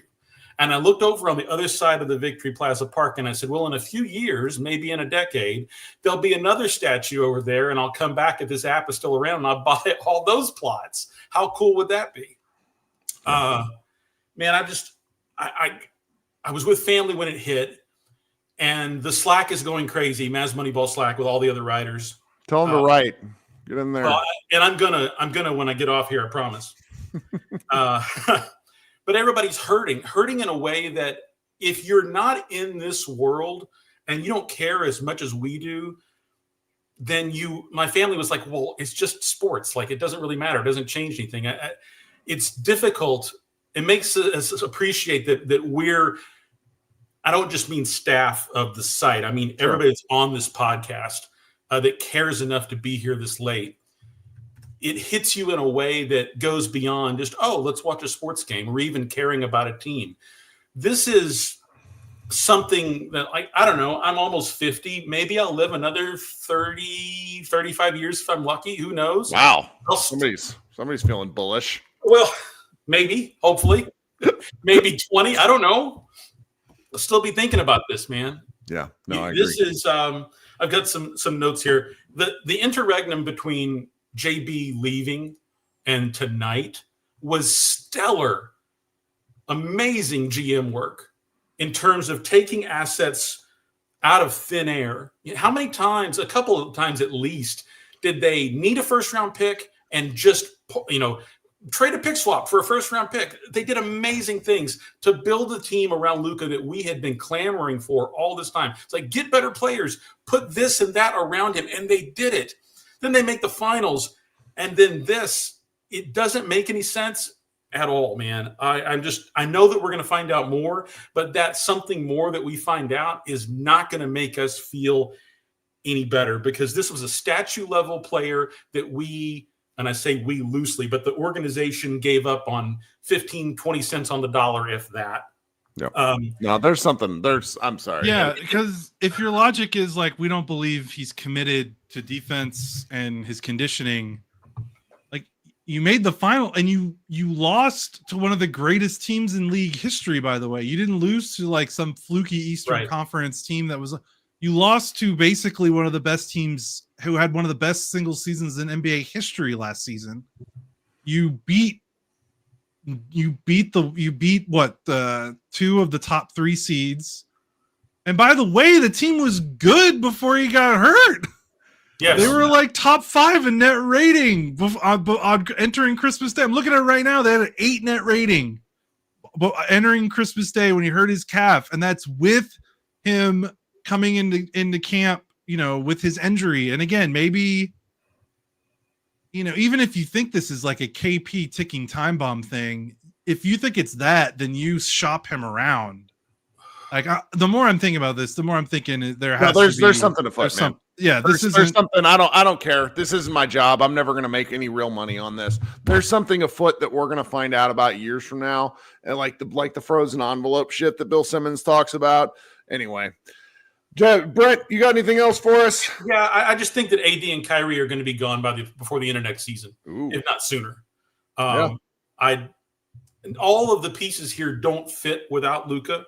Lively is what Lively is because of that context. All these pieces were, and if you're Luka and you want out, why would you think that LA would be better based on that roster, right, and that asset management that they've done? I mean, they have made some horrendous moves. I wrote a piece for the site a few months ago about LA being a cautionary tale of GM mismanagement. I'm not a Cowboys fan. I'm a Seahawks fan. There's a quirky thing about me. Good for you. Ever since I was 8 years old, there's something about rooting for the underdog, which I've always felt like the Mavericks were. The Cowboys, Lakers, and Yankees are the same sort of, I don't know, team that almost gets more attention than they deserve. This is just sickening. I don't know if the pivot is De'Aaron Fox lands here in the next 24 hours or something weird. Is there another shoe to drop? Well, there has to be, because they're definitely not going to carry Derek Lively, Daniel Gafford, and Anthony Davis on this roster going forward. Like, right? Like, there's no way, because you're going to, because you're going to start Davis and you're going to start Lively, and I guess one of those guys is coming off the bench. But all I know for sure, and I'll leave you guys with this, is that for all of the misgivings, especially in the back half of the Cuban tenure, that I know you guys liked a lot of things that he did in his first roughly half of his tenure, but the second half there was a lot of mistakes. One thing I know for sure is that he was not part of this decision. I don't know it for sure, but like in my gut, it feels real that he would not have been on board with this. That's the other part. He would not have, all things being equal, said that this is the way to go. Dirk, analogizing that to after 06 is just about right, because the age is pretty close. The scenario is pretty close. Yeah. I said earlier on the pod, Brandon, I don't know if you heard, like this is like if they traded Dirk in 2009 for Amari Stoudemire and a first round pick. Yep. Like you're nuking a generation of fans beyond whatever the basketball stuff is. It's just there is a growing delta with any NBA player where they hit a point where their peak is, and we don't know it at the time. They don't know at the time. You only know it in retrospect, right? But after that peak has passed, if they're a big enough name and make enough money, and you see this going on with Jimmy Butler right now, a delta is created where their value and their play and their availability starts to go down. Their salary stays the same or goes up. Their availability, it creates that delta where, Jimmy Butler's going to want $50 million a year, but he's not that player anymore. Right. And now you've got the bulk of the Mavericks talent or star talent is either not going to be here for very long, or that delta that we've seen with Butler is only going to grow. And the scenario where AD and Kyrie go, I want to go play here and chase a championship. That's the era that we're in. And the only antidote to that is to have a player like Luka that you can build around. And I'm disgusted. Whatever the extra explanation and filling in the gaps that contextualizes this, there's no contextualizing that makes it feel any better. Yeah. And it's so weird because, Nico is there was obvious skepticism when he was hired because, guy that's not part of this industry and, just coming in rookie, not only is this his first GM job, it's his first NBA job. So there's obviously some warranted healthy skepticism there. But after, obviously his first summer was not great with JaVale McGee and Brunson leaving and all that stuff. But, or maybe that was the second summer. But pretty much since 2013, he's batting 1,000.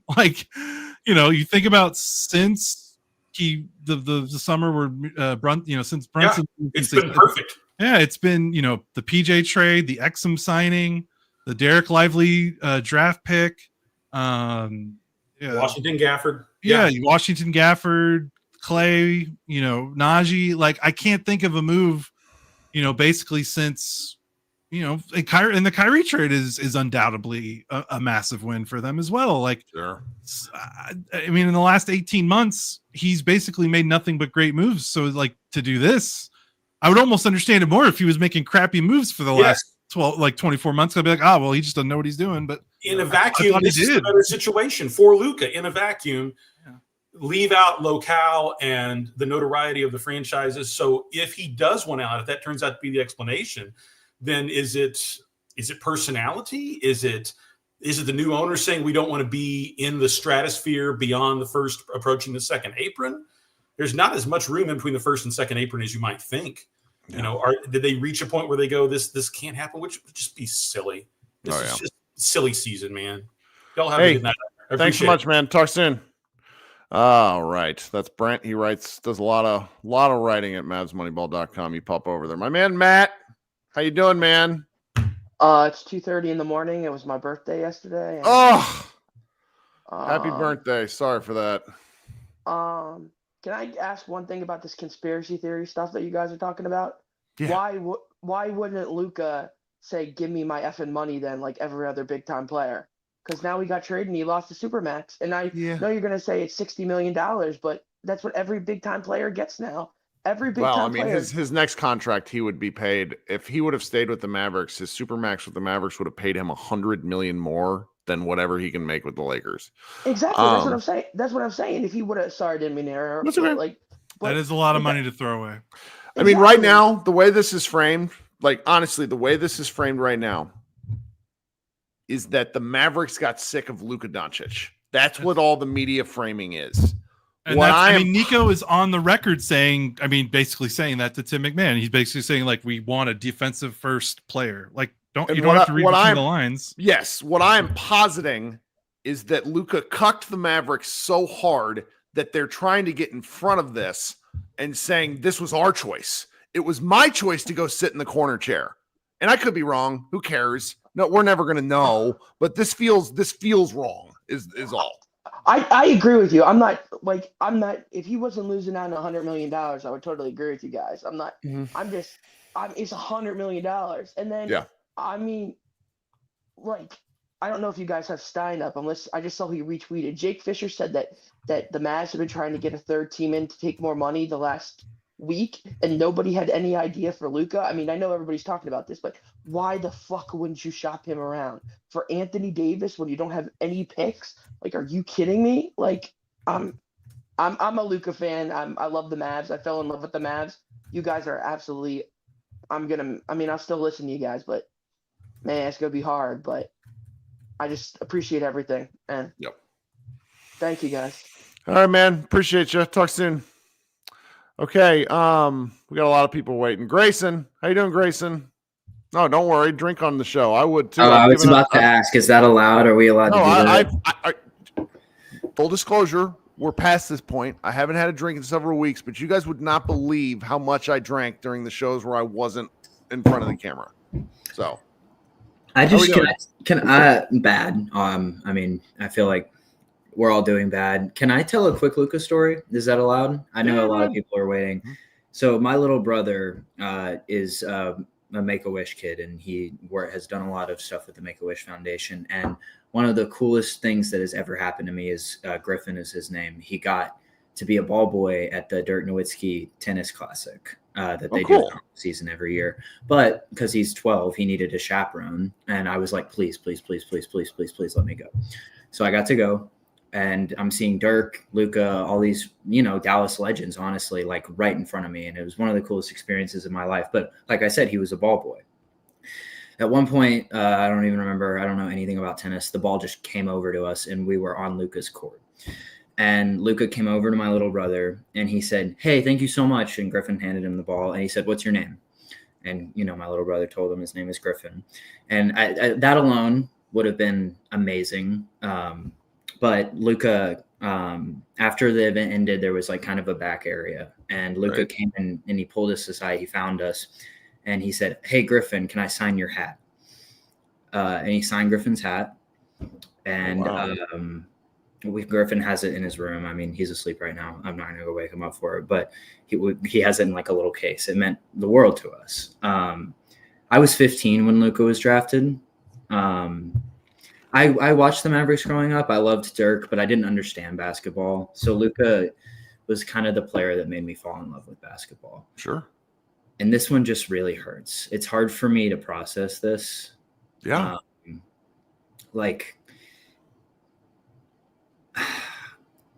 I know y'all got a lot of people waiting. I don't want to waste your time. It's it hurts. And it's hard for me to root for this team after this move. Like, I don't know if they want to move to Vegas. I don't know if they wanted to get under the luxury tax. I don't care if they win a title this year. Like what was said earlier, if they go and win a title this year, that'd be great, obviously, but it wouldn't mean 10% as much as it would have been if we won one with Luka. That was our guy. We loved him, defended him relentlessly. And for the team to give up on him, I mean, come on, I want to give up on this team, but I don't want to root for the Lakers. Right. And I don't want to root for the Spurs either, but I'm thinking about it with Wemby. Yeah. I don't know what I'm going to do, guys. This is like one of the worst days of my life. I can't believe they did this. And I'm 23. Like, I get it. I'm young, and it's like a crazy thing to say, but this is horrible. It is horrible. No, it's okay to feel awful. It is. It's okay. We invest a lot of time in this. It's just, yeah, exactly. The time and energy and the money too. The amount of money I spent on tickets, jerseys, everything, man. I put everything I had into this franchise, and I feel like they just punched me in the stomach. Yes. I can't believe they did this. I hope Nico's fired tomorrow. Yeah. I appreciate y'all doing this and having us on, because this is almost like therapy. That's why it used to be called group therapy, but I took the thing off. So, all right, man. Thanks so much. Talk soon. Thank y'all. Have a good night. You too. Okay, so we got a few folks waiting. I got my man Jason Gallagher, who's a longtime friend of the show, and I hope you guys don't mind. I'm going to let him skip the line because he's been texting me furiously for 45 minutes saying that he couldn't get in, and I want to let him talk, and then we're going to go. All right, then we'll go with everybody else. Jason, how you doing, bub? I'm okay. I'm okay. I have a theory that you asked me to come on your show to kill my very popular live stream on Twitter. I did that too. I'm just kidding. Specifically, competition. The guy who came before me, his name's Grayson, right? Yes. Yeah. Mm-hmm. That's that. Like hearing him talk is literally why this is one of the worst trades I've ever seen. People like I was on a stream earlier and there were a lot of questions about like, hey, is this the worst trade in the history of the NBA? And I don't know about the history of the NBA, but when it comes to the modern NBA, I think the answer is yes. And it has nothing to do with basketball. I mean, it does have some stuff to do with basketball, but for me, it's like you built your entire identity, your entire brand around this guy. You got fans to fall in love with this guy. And you did this in this way. And the trickle down every piece of information that you're like, oh, will it help it or will it hurt it? It always falls into the it's hurting it column. And I just am I'm just entirely stunned by how awful this is and how poor the communication's been and the complete disregard for the fan base that had been extremely loyal to what it was that you were building. Yeah. You know, I like actually what Grayson said was exactly how I feel in the text that I'm getting. People are texting me like someone died. Yeah. And they know how much I love this player and they know how much Dallas loves this player. And and every question that comes my way, do you think he wanted out? Do you think he was trying to go to Miami in 2026? Do you think he's blah? Do you think it's the Supermax? Do you think all of those scenarios, if true, should be handled a bajillion times better than this because you have a relationship with your fans. Your fans are as important to the fucking product as the players in some ways. And when they see that, I think what is going to make this so bad is, would you be shocked if the fan base really turned on this team? Would you be shocked if there were just like boos? Like I wouldn't be shocked at all. I mean, the people that go to Mavs games, particularly the lower bowl, every time I've been in the lower bowl Mavs game, it's a mix of hardcore fans that have been there forever and then like drunk people that don't know who the players are. Like there's very little in between. But they know who Luka is. They know who Luka is. And I got a text from one of those rich people that barely knows anything about the Mavs tonight that was like, what the fuck? What's going on?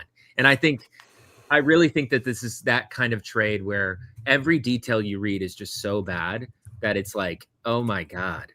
I don't know if I can be a part of this frame. Like, I don't know if I can do the one pick is the problem. It's that's where it's like, if you think there's a conspiracy afoot, the single draft pick is why.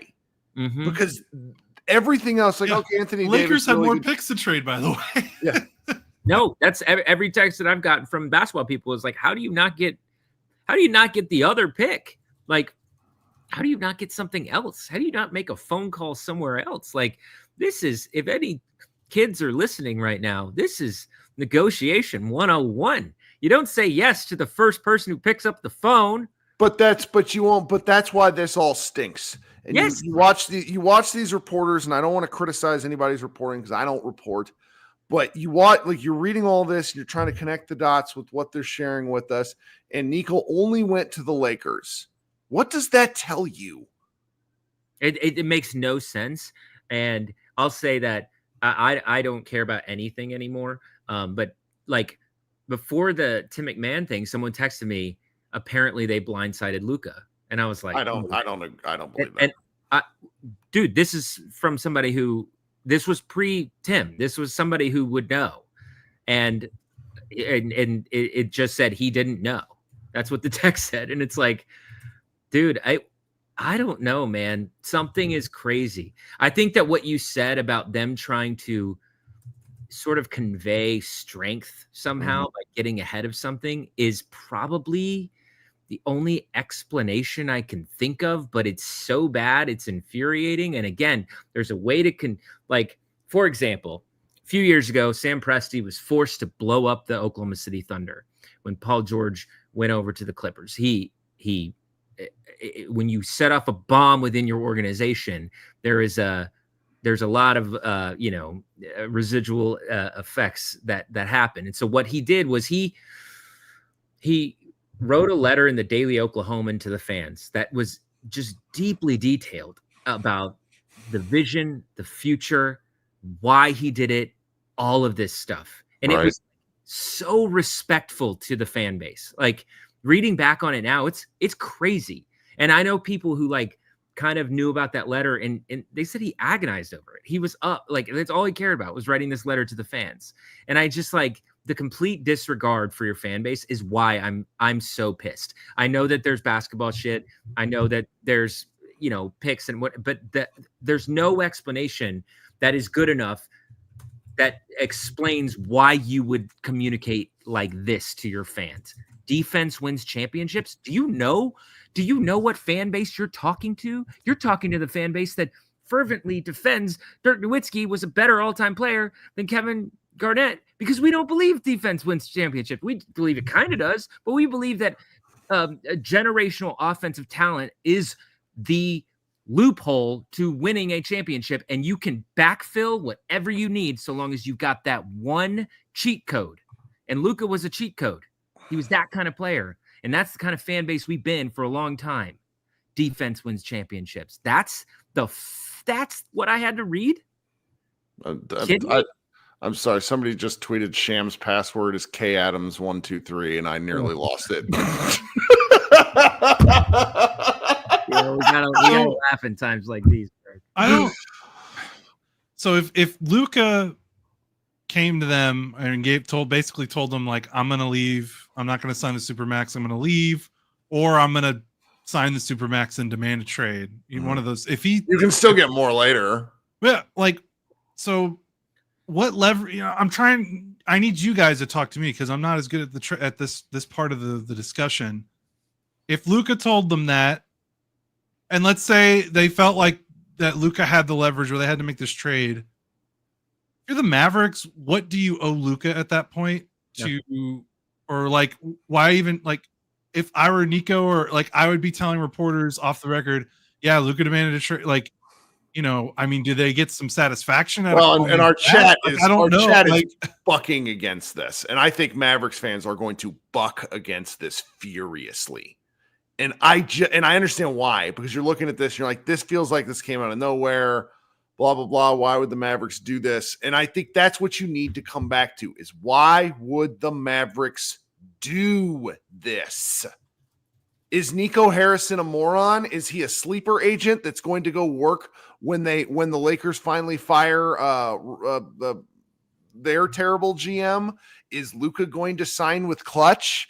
Like, you just have to, like, not to be the internet, but just asking questions. No, because it makes that little sense, and it makes that little sense, guys. And crazy. And Josh, what you just tried to reasonably try to sort of pose this question, and I kind of said it to my buddy John Sabine, who's a big Mavericks fan. I said it to him kind of a similar way, and he was like, "Great, then he'll leave in 2 years." Like, you didn't trade for a future, by the way. You traded for a pick in a man made of glass. Yeah, by the way, are they gonna let's take this trade versus if they don't do nothing and Luka walks for nothing in 2 years? I mean, on an asset for asset trade, what are they gonna look like, even with Anthony Davis? Like, is Anthony Davis gonna be a major part of this team in 2 years with his injury history? One trade in NBA history that is recent NBA history looks as stupid as this. And it's the Pau Gasol trade. Okay? It's the Pau Gasol trade, which was vetoed, and what ended up happening, obviously Memphis benefited from that. In the end, everything was fine there. But like, that trade was awful at the time. And again, guys, if you're trying to get in the room, we'll move on from Jason here soon, but I wanted to bring Jason on. We'll keep trying. I'm going to stay up all night talking to people. I don't really care. It's you just, and look, if you want to call it cope, fine. I'm fucking angry. I invest an unbelievable amount of time into this team, and so do all of you. You should be angry. What this tells us at the end of the day, and we know this is part of the byproduct of sports, but at least other sports aren't so naked about this. We don't matter at all. We are useless pawns that have no part in this. They want our money. They don't care about our loyalty. Nothing matters. Eat at Arby's. I think Kirk, that's exactly right. I mean, when I think about my fandom and how it began, going to games at Reunion Arena to watch this skinny German guy play basketball, and I spent 20 years of my life defending, cheering, loving that guy. And we were lucky enough to get a guy like Luka Doncic, who has the same kind of charm, who is maybe even more generational. He has this potential to be all of this stuff. And what's crazy, man, is that that is the kind of fan that you got. You got a fan that has seen the lows and seen the highs, and you ride with that player and you do all of this stuff. And when you do a move like this, I'm telling you, I don't know if you guys have read the Winds of Twitter or whatever app you're on. I can't find a single fan that's happy about this. And in fact, I'm seeing a lot of fans say, I'm done with this shit. Mm-hmm. Mm-hmm. I mean, I don't know. And like, again, it's a real fucking problem. And it is going to be a problem. I was thinking about, like, well, hopefully Adam Silver overturns. Do you want Adam Silver to overturn this? You want Luka to come back here just angry? Like, I don't know, man. This doesn't make any sense. But as much as this is what's crazy. What we don't know is any particulars about the trade. What we do know is how they handled it, and how they're handling it is so insulting to the fans. Yep. It's so insulting. Man, I really appreciate you trying to get on. Good to talk to you. Good to see you, Jason. Good to see you both. Josh, you want to go to bed? I'm going to stay on. I'm going to go to bed because it's time. I need to relieve my wife. Enjoy the rest of your night, fellas. Yeah. My last thing is, did Nico show his hand in what he prefers in that summer of 2023 when he brought in Christian Wood and JaVale McGee? Like, does this guy just want to collect big men like Infinity Stones? Like, does he just want a team of all centers like he tried in 2023? And now he's like, I got it again. I got the better version of it this time. I don't know. Maybe that's all right, man. We'll talk soon. All right, I'm leaving. Eat Arby's, like you said. Later, buddy. Krishna, you're up. Sorry. Thanks for waiting. Guys, if you're trying to get in the room, keep trying. Tell me what's going on, Krishna. I'm not seeing you this season. What kind of horse shit is this? I missed you. I missed your face. I got a job in July, which was both a blessing and a curse in many ways. Congratulations. I enjoy my job for the most part. I mean, it's money, so I'll take that much. But there's no words for Kirk. There's no excuses. There's nothing you can say, and there's nothing you can write that will describe the feeling of your heart genuinely just being ripped out. Yep. That's what it is. That's what it feels like. And there's no excuses too, right? Even if it's, hey, Luka wanted to go, if it was the Mavs were ready to be done with, if it's the owners weren't ready to pay the tax, if it's all a setup for the arena and we need to be under this line so we can pay for the arena, which obviously the taxpayers would end up paying for, or if it's we're going to move the team, none of those are good enough to even justify trading a generational player. The guy that so many other people clowned. You get 5 picks from him or nothing. 1 pick is unacceptable. 80 aside. It's even if you got Cooper Flag in this next draft, that's not even enough. That's not even enough. Like you'd have to get Wemby straight up to be like, okay, we could do this trade. So to get a washed up I like Anthony Davis. He's a fine player. But you got an old Anthony Davis. You got a mediocre at best shooting guard. And you got a 2029 first round pick, which by that time, the Lakers will probably be fine because they'll have Luka Doncic. And that's it. That's it. Like that is depressing.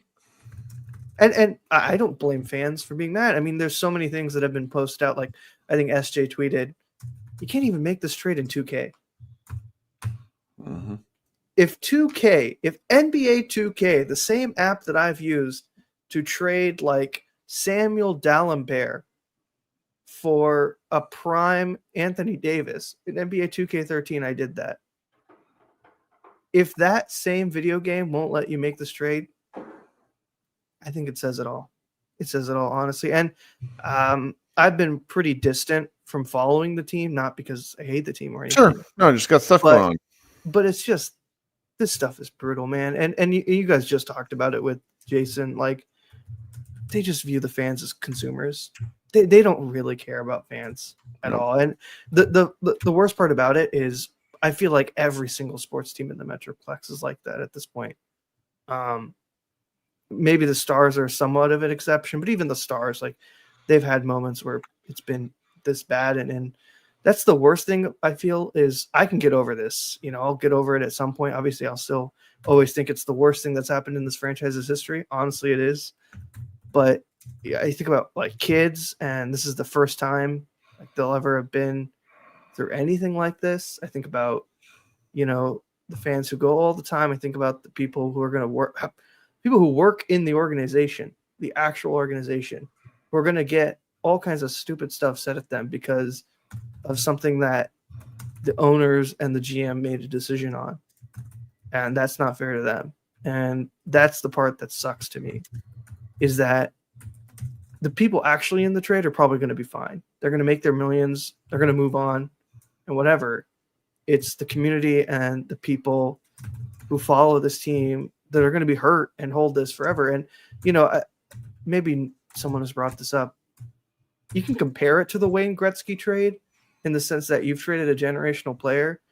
The difference was Wayne Gretzky won 4 Stanley Cups for Edmonton. And when he went to the LA Kings at that time were a horrible franchise. Right. This would be like if you traded Luka to Charlotte. Like that's what it would, that's the equivalent. Yeah. And this is not that. This is trading Luka to one of the most historic franchises, one of the most spoiled fan bases in the league, and not getting even anything in return. No, but that's what's crazy is I have multiple Laker fans in my life, and some of them are just delightfully smug, mean, great sports fans to argue with, and even all of them are like, "What in the fuck?" Yeah, there's no excuse. Like, this is the thing that got me back on Twitter after 6 months. Sure, man. And I immediately logged off. I was like, I can't do this anymore, and I'm just sad. Like that's really what it is, and there's no getting over it. And you don't build trust back from this, you know? Yep. It's like getting stabbed, and then, you know, you go to the hospital and you somehow survive, and then that person that stabbed you is like, oh, you know, want to go out for coffees? It's like, yep. you stabbed me. Yep. How am I supposed to trust you again? Yep. How am I supposed to, like, it is objectively awful. You know, this is, you know, for so much I use the metaphor of LeBron and the Cavs in the first stint. At least then the Cavs didn't trade LeBron away. Yeah. They didn't trade him away. He left. Like, and there's no excuse for this. Like, you can't say this is a win now situation. You have 3 players over 30 years old who have injury concerns in Clay, in AD, and in Kyrie. I love those guys. They're all good players, but let's be serious with ourselves, man. Like, no one is that dumb to think that you did this for any other reason, whether it was Luka wanting to leave, whether it was, like I said, all those reasons I gave before. No fan is that dumb to believe any of that. And the only thing that would even slightly, and it wouldn't even get me close to this, you have to completely pivot. Honestly, you trade everyone that has any value. You got to trade Kyrie. You have to trade AD again. You got to trade, I would say, trade anybody over 30 who has any value. You have to completely blow it up.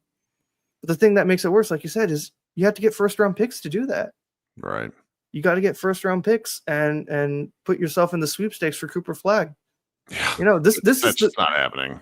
Yeah. And you can't do that now. You got one pick. It's one pick.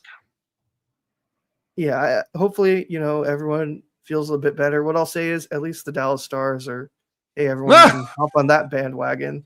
They're somewhat competent. They're like the opposite. I would say the Stars are very similar to Presti in that way. Jim Neal like frustrates everyone. He's the GM for the Stars. He barely makes moves, and he make like fleecing moves. He'll get like 2 players for a 3rd round pick, and then he'll draft like generational players in the 1st and the 2nd rounds. Love that. Yeah, he in 2017 he had 2 1st round picks and a 2nd round pick, and he's drafted like the 3 best players for the Stars on their team right now in that one draft, which was like insane. But yeah, well, this is Stepien trade stuff. Yeah, from Jason Chang. This is Stepien trade stuff right here that they're gonna have. Sorry guys, I feel bad that this is the reason I had to come back and start. I'm glad you're here, man. But hopefully everyone feels better and drink some fluids and hopefully try to get some sleep. That's right. All right, talk soon, man. Awesome. Be good. We're gonna keep going. The road goes on forever and the party never ends. Sean, how you doing, man? Sean, you there? Got to unmute. This is a good. And while you're unmuting, there's a question. I like this question. Chris in the chat says, "Why does everyone think this trade is so bad? Someone explain it to me. I know basketball pretty well." And I'm not going to be dismissive because there's going to be people that ask this kind of question. The short answer is that if you assume within reason that Luka Doncic is a top 3 NBA player, which I think is fair, getting a top 20 NBA player in return and 1 pick is not good enough because the margin between the top players, like your top 5 versus your top 10, the gap between each one of those players gets exponentially wider with each player. Like Jokic right now, I think Jokic and Giannis are a significant margin ahead of Shai Gilgeous-Alexander, Tatum, et cetera, et cetera. Does that make sense? I hope that makes sense. Sean, how you doing, man? Sorry to keep you waiting. I'm good. No worries at all. Sorry, I couldn't sleep after this happened, and we have I'm cooked. We have an 8-month-old, and I'm pretty sure she'll wake up any minute now. So sure. Yeah, my 15-month-old was having a rough time going to sleep. I should have known I was fucked. Yeah. But anyway, yeah. So anyway, first off, thanks for doing this. Been listening to you guys for a while, you and Josh. I comment on Twitter a lot mostly, but I mean, just kind of the sentiment of what Jason said and some other folks is like it just feels like nuking the soul of your team, kind of. Like I really been a Mavs fan since I don't know. I grew up in Dallas, so unfortunately, I'm a Cowboys fan, Mavs fan, Stars fan.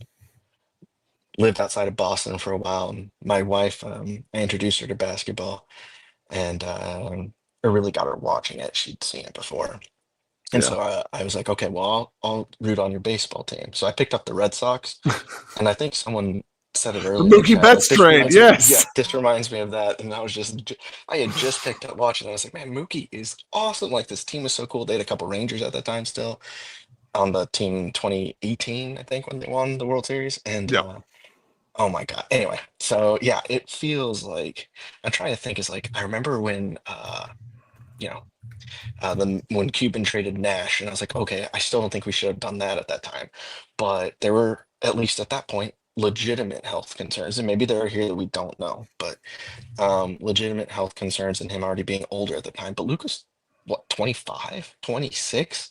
And then to trade him for a good player, but who's has his own health issues, seems kind of crazy to me. And then also so I went to grad school at MSU, so it's a little cool getting Christie back, or well, getting to watch Christie at least in the package. But it's like, oh yeah, that's like, I mean, not the trajectory of where we thought the team was headed necessarily too. I kind of feel like at a loss for words, and I don't really know what they can do. It seems wild that I guess just depending on who you believe, that no one knew what was happening. So like people talked about, you talked about and brought up as like, are league ratings that bad that they're just like, hey, we gotta make sure the Lakers are like really good to get people back,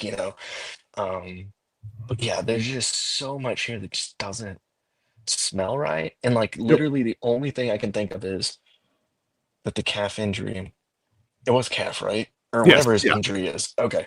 Yeah, that the calf injury is maybe not quite healing as well as they thought, or there were still questions about how it was going to shape up, or I don't know, maybe this year they're like, we might get him back, but he's not going to be 100% again this year. And then with the coupling on top of, well, we went on a great run last year, he was still hurt. But even all that said, to not put out like, I would have rather traded him to like for like Lauri Markkanen and like a ton of Utah picks, or I would have rather trade him to OKC for a ton of like I think it just seems like so like such a half thought out decision right now if there's nothing else coming. And I think someone else brought it up too. Maybe Butler ends up here or something, and it really is like, hey, we really are going all in, and it's like if they manage to pull it off this year, great, or next year maybe, or whatever, But I don't know. It seems absolutely wild to me.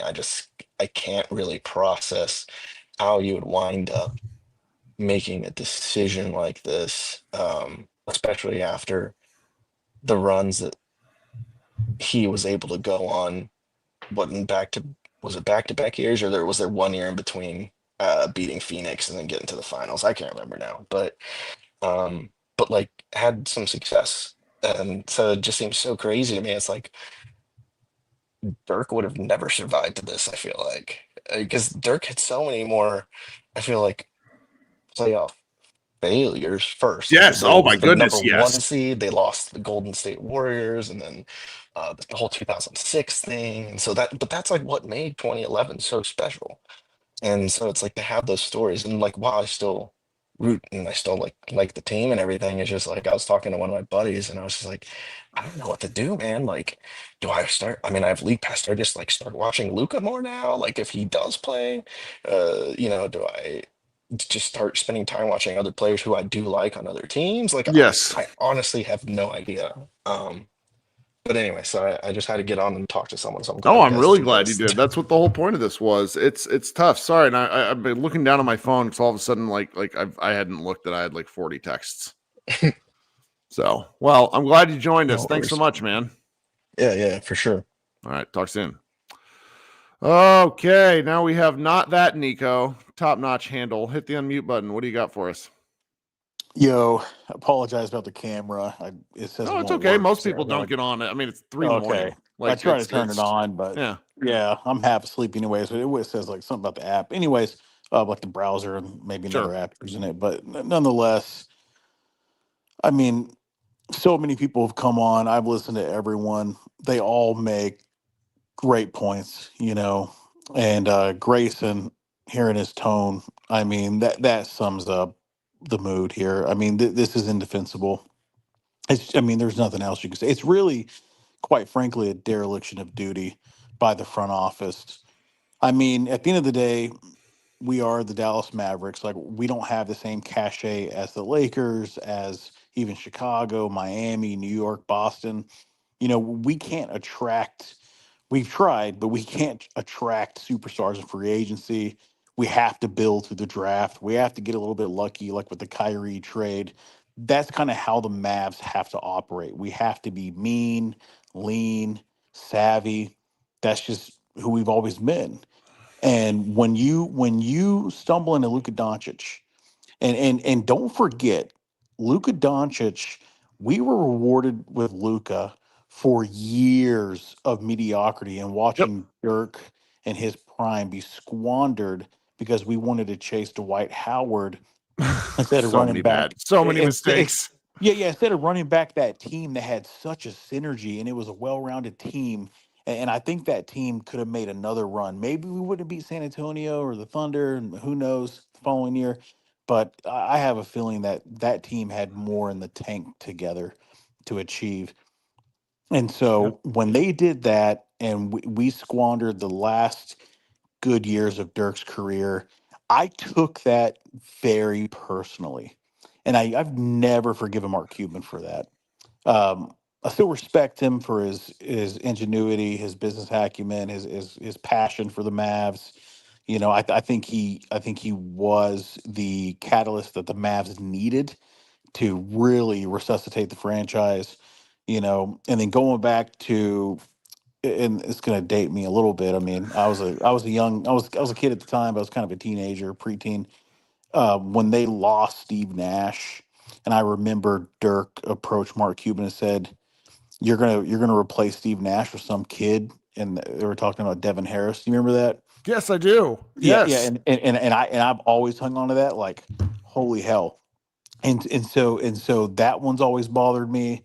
And then again, post championship, how we handle that. So Mavs fans, I kind of feel like Luca was like the reward for our patience and the Yes. pain we endured and the nonsense, the mediocrity, like I said. Um, and you know what? He comes in and we had to trade another first round pick to get him from the Hawks. Don't forget that. I mean, we basically, I mean, the Hawks probably got a better deal than what we got tonight. Frankly, I think they did. Anyways, so we bring him in and he's just right away, he's gonna be special. He's so clutch. I mean, Luca Magic is the perfect moniker for him. I mean, he makes all these clutch shots, the most ridiculous plays, the most ridiculous passes.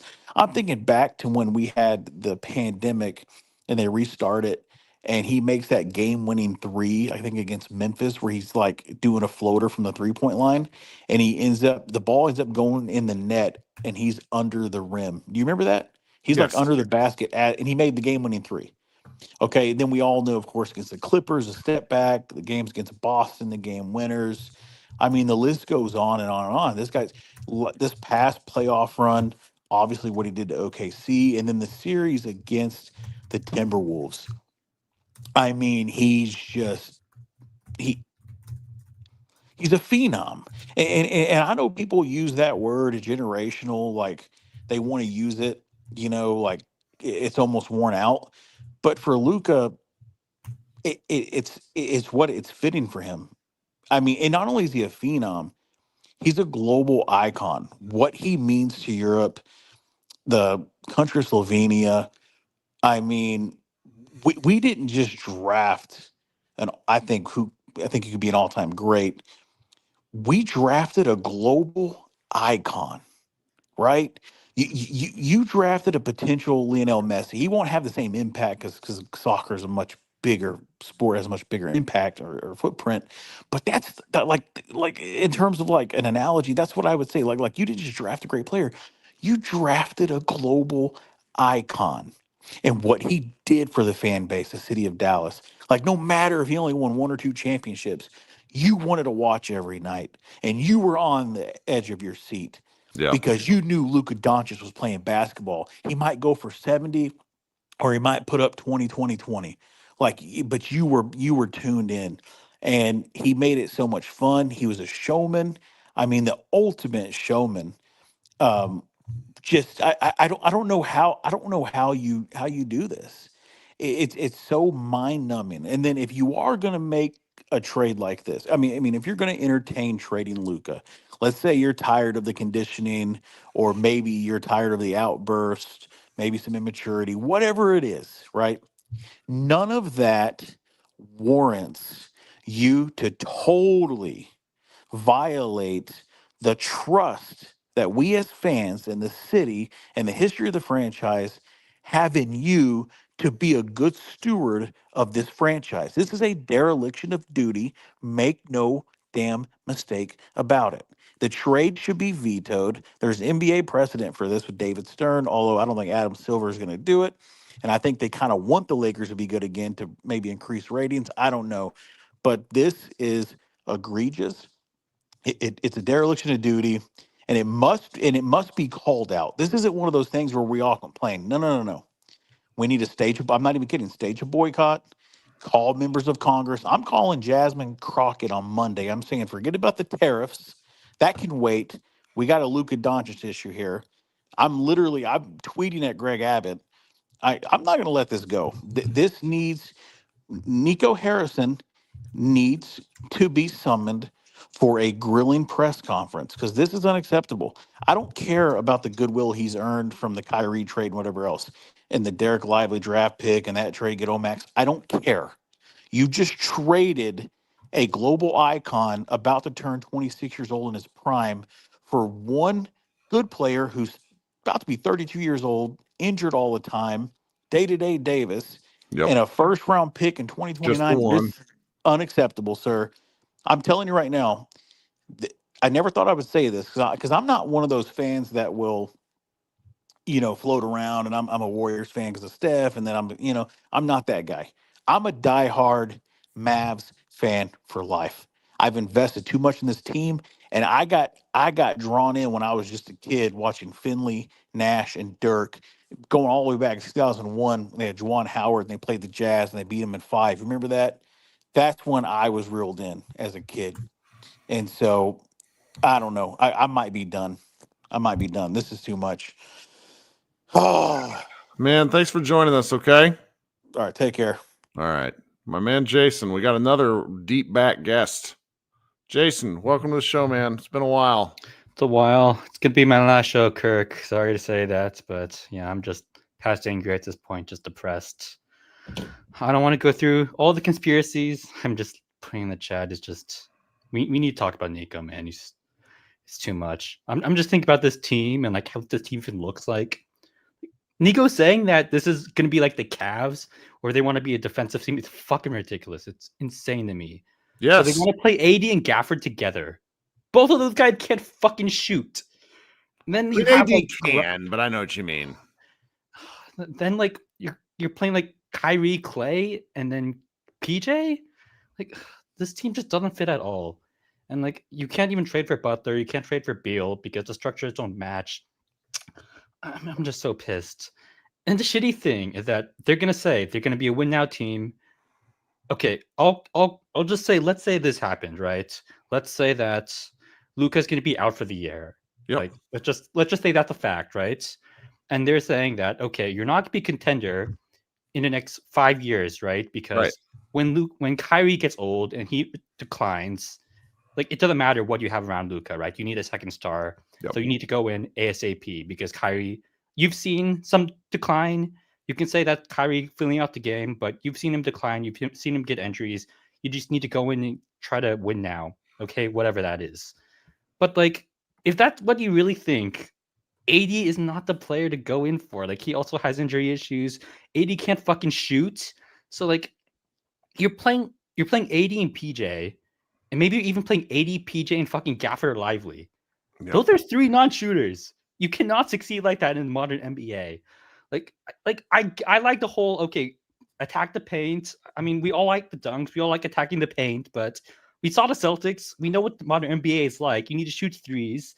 So like this is going nowhere. It's not gonna work. You're gonna get spaced out by OKC. Even like fucking like Memphis. Like I think Memphis could destroy this team too. It was and then I don't know. Maybe they're like 3rd in the West this year. Like, let's be super optimistic. They're 3rd in the West. They get beat up by the Thunder. And then, I don't know, Kyrie declines, and you have Kyrie and AD for another year. And then after that, after 2026, AD leaves, or it gets injured. It doesn't matter. Kyrie's injured or whatever. And then after 2026, you do not have a pick that you own until 2031. Yeah, that's bad, you have a man. Luka pick. That's going to be like fucking 29 because they have fucking Luka. So you're going to be in the wilderness for 5 fucking years. You maybe get to the second round once in these next 2 years. And then you're waiting until 2030 fucking 1 to do anything. We're just in fucking purgatory. And meanwhile, over the next 5 years, we're watching Luka destroy the league with the fucking Lakers. The Lakers won 2 to 3 titles. I don't know. I quit this team, man. I quit the NBA. I quit this team. Like, this is fucking ridiculous. I'm so pissed. I get it, man. Thanks so much, man. Talk soon, okay? Thanks, everyone. Have a good one. Right. Bye. Patrick. Oh, sorry. I clicked Jacob first. Jacob, how you doing, man? Well, I'm going through it, I guess. Can you hear me? We are going through it together. All right, man. Where do I even begin? First off, let me just say that no matter what happens, good luck, or I wish you and Josh well on the podcast because I just, I think I think Josh alluded to it earlier on Twitter, what this means for a lot of the fan base moving forward and possibly, quitting despite, here's the thing is I never thought, because I'm really big into like fan base psychology around their teams. Like, sure. how like the what's it called, the misery index or something like that.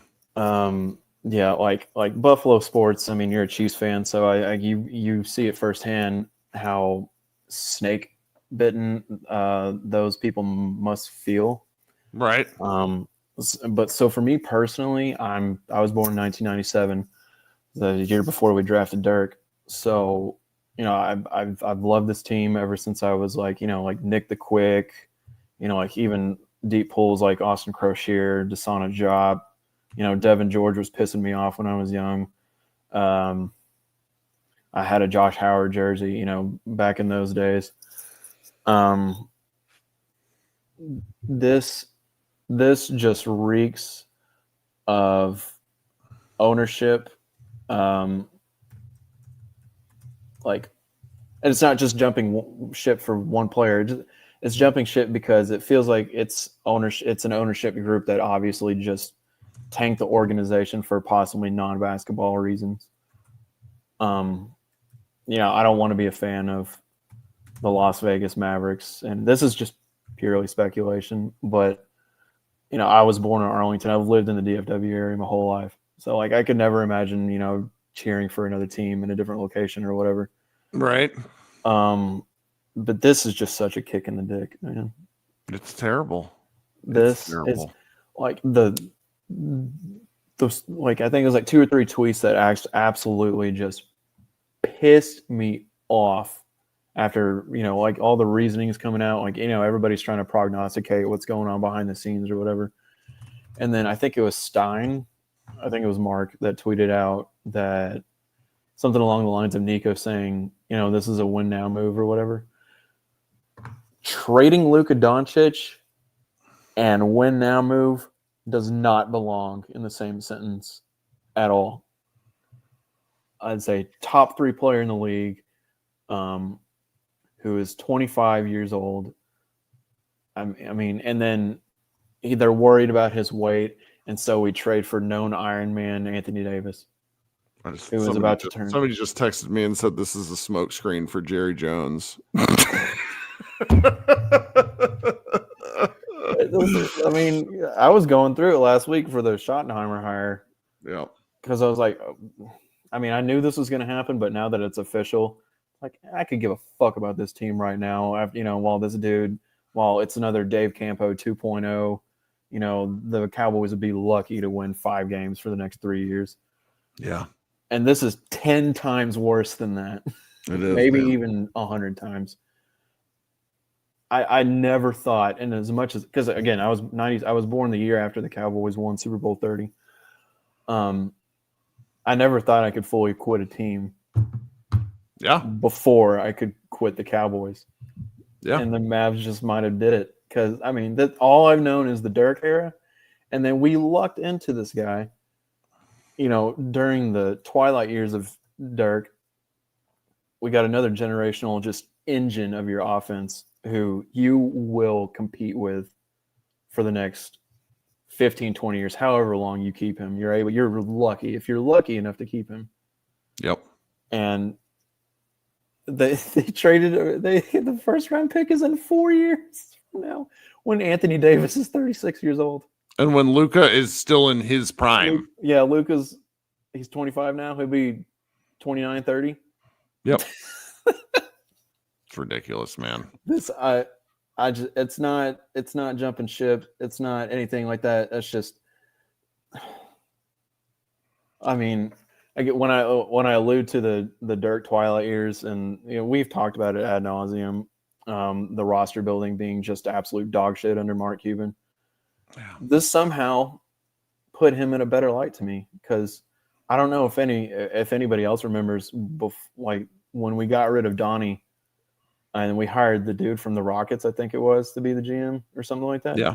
When he tried to trade Dirk to the Rockets, and Cuban was like, absolutely the fuck not. Oh, and by the way, you're fired just for trying that. Yep. Man, thanks for hanging out, okay? Yep, appreciate it. All right. Talk soon. Bye. All right, now it's Patrick. Patrick. Hey, sorry, guys. Let me get to everybody. I promise. Can you hear me? I can hear you. You sound good. Great.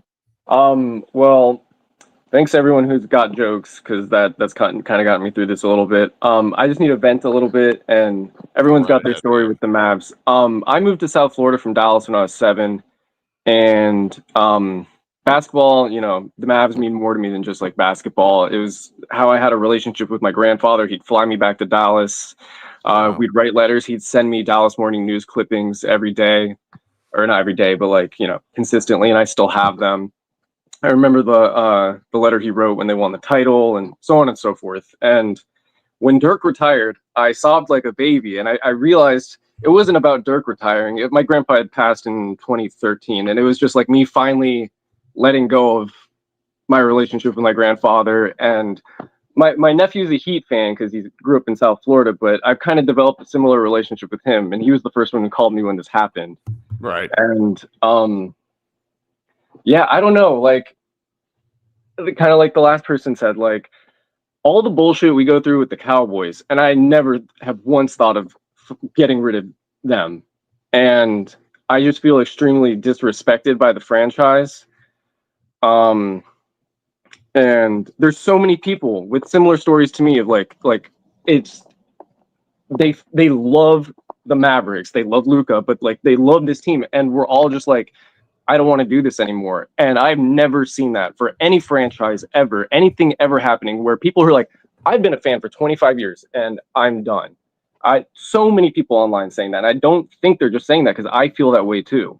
Yeah. And it screams to me, and I don't know if this, it screams to me like the A's the last couple of years just getting rid of whoever they have because they're moving to Vegas. It screams to me, you know, in the dead of night, how the Sonics left. And I don't actually know if Sam Presti was with the Sonics that like last year or two before they moved. I feel like he was, but I don't know either way. But I don't want to be conspiracy, but like I feel like this team's gonna leave. I feel like they're going, which makes no sense because this shouldn't Vegas just be expansion, shouldn't be a move. But this doesn't make any sense, and I don't know. I don't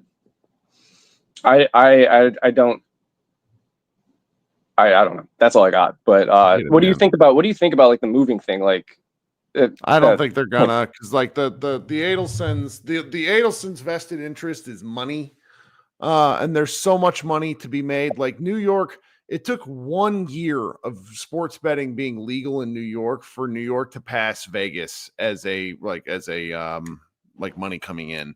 So it's like there's just too much money to be made in Texas eventually so I don't think this is the thing they would want to have happen, man. Okay. Well, I mean, I still don't know where I stand, but it honestly, like, it makes me feel like all that stuff I talked about with my history with this team, like it meant nothing. Yeah. And I hate that. All right, man. Thanks so much. Have a good night. All right. I got to bring up my friend Anthony. Actually, you know what? Pablo's going to come first because Pablo's been waiting. A lot of you guys have been waiting a while, so I apologize. Anthony, you got to wait a couple more minutes. I'm sorry. I've been doing this for 2 hours. Pablo, what's up, man? Unmute. Click the unmute button. Give Pablo a second there. It should be down in your name. There we go. There we go. Good It's to a see Sunday you. morning, and like you can see, it's the worst way to wake up. I actually thought I'm still dreaming. Yeah, man, it's pretty not great. As you can imagine, I've been a Mavs fan since the early 2000s. I mean, back in the days because of Dirk. And, I was in Germany back then. You couldn't watch all the games. There was no league pass. I actually listened to the radio broadcasts here in the middle of the night sometimes. And been a Mavs fan ever since. And I'm absolutely stunned. I mean, I can't believe what's going on. Yeah. And it's really crazy. I mean, when the Dirk era was winding down, I was wondering myself, like, I mean, what's going to happen to your Mavs fandom after that? Right. And then this kid from Slovenia showed up, and there was no doubt about it. Huh? I'm still going to be on board, and it's crazy. I can't believe it. It's awful. Because I mean, it makes literally no sense. I mean, you could have gotten so much more. And yeah, I think somebody said it before. It's like the Pau Gasol's trade once again. I mean, I don't understand how you can make a trade for Luka Doncic and then just call the Lakers and just give him to him, give him to them. So I mean, it's absolutely crazy. It's brutal. Well, I'm sorry you started your Sunday like this. Mm-hmm.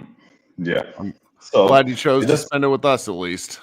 Yeah, I mean, I just wanted to grab the chance to thank you for all the times, because you were really the voice of my inner anger whenever I watched the Mavs live, at 3 a.m, 4 a.m, and they just made me crazy. And I listened to your voice on Twitter, and you really you just wrote wrote what I felt inside. So it was always good to have this like event, and I've enjoyed your coverage, and wanted to thank you, Josh Bow, and all the other contributors at Math Moneyball, because it was really a blast. But right now it feels like I don't know, like an endpoint. Yeah, it's real so bad. We'll see. All right, Pablo, have a better day. Talk soon. Mm-hmm. Thank you. Bye-bye. Yep. Bye. All right, I'm going to bring up Anthony now. Sorry, guys. Hi, Anthony. Your show is going to get some more viewers. Anthony is my very, very, very old friend. He's also a Lakers podcaster, so everybody be nice to him. How you doing, Anthony? I am exhausted, shocked. Still can't really believe it's real. I know Dallas fans probably don't really care to hear this, but like a little bummed because I have to tell Avery that the Lakers just traded her favorite player. But no, like I genuinely feel for Dallas fans today. Like genuinely. Well, I mean, there's something afoot here. Like we may not discover it today, but there's some genuine conspiracy horseshit going on here. Now, I don't know what side, and I've made all sorts of assumptions tonight, just like kind of taking different devil's advocate positions. But there is no trade in the history of basketball that results in a 5-time All-NBA player getting traded for an over 30 guy that only has one pick involved. And it's actually it's like an actively probably mediocre pick at this point. Well, now that they have Luka. Right. So there are basically two sides to the story. The Dallas sorry. The Dallas side of the story here. Not that sorry. That like, McMahon and is throwing out there is that like the Mavericks are concerned about Luka moving forward because of conditioning, because of this and that, and they believe in they want the defense. If there was an injury concern, that's more sensible than conditioning, because like if he was a conditioning concern, that conditioning concern just took you to the finals. So I don't buy it. Also, like you calling him fat probably addresses the injury or the conditioning concern for the Lakers. Right. The Lakers side of the story that I've been able to gather, and everybody that I have spoken to is like extremely scrambled, right? But the Lakers side of the story here is that like there was some question as to whether or not Luka was going to sign his extension. Yes. And the thought out there is that Luka may have told the Mavericks that he wanted to be a Laker. So the Mavericks called the Lakers. Yes. Yeah. The Lakers, I've heard this too. Yeah. The Mavericks called the Lakers and said, "Do you guys want Luka?" And the Lakers were like, yeah. So here's the time. Like, here's just basically what happened. Anytime you can trade a 25-year-old MVP candidate who's coming off a finals appearance, you want to do it. 1, in secret with no competing offers. 2, for someone 5 years older.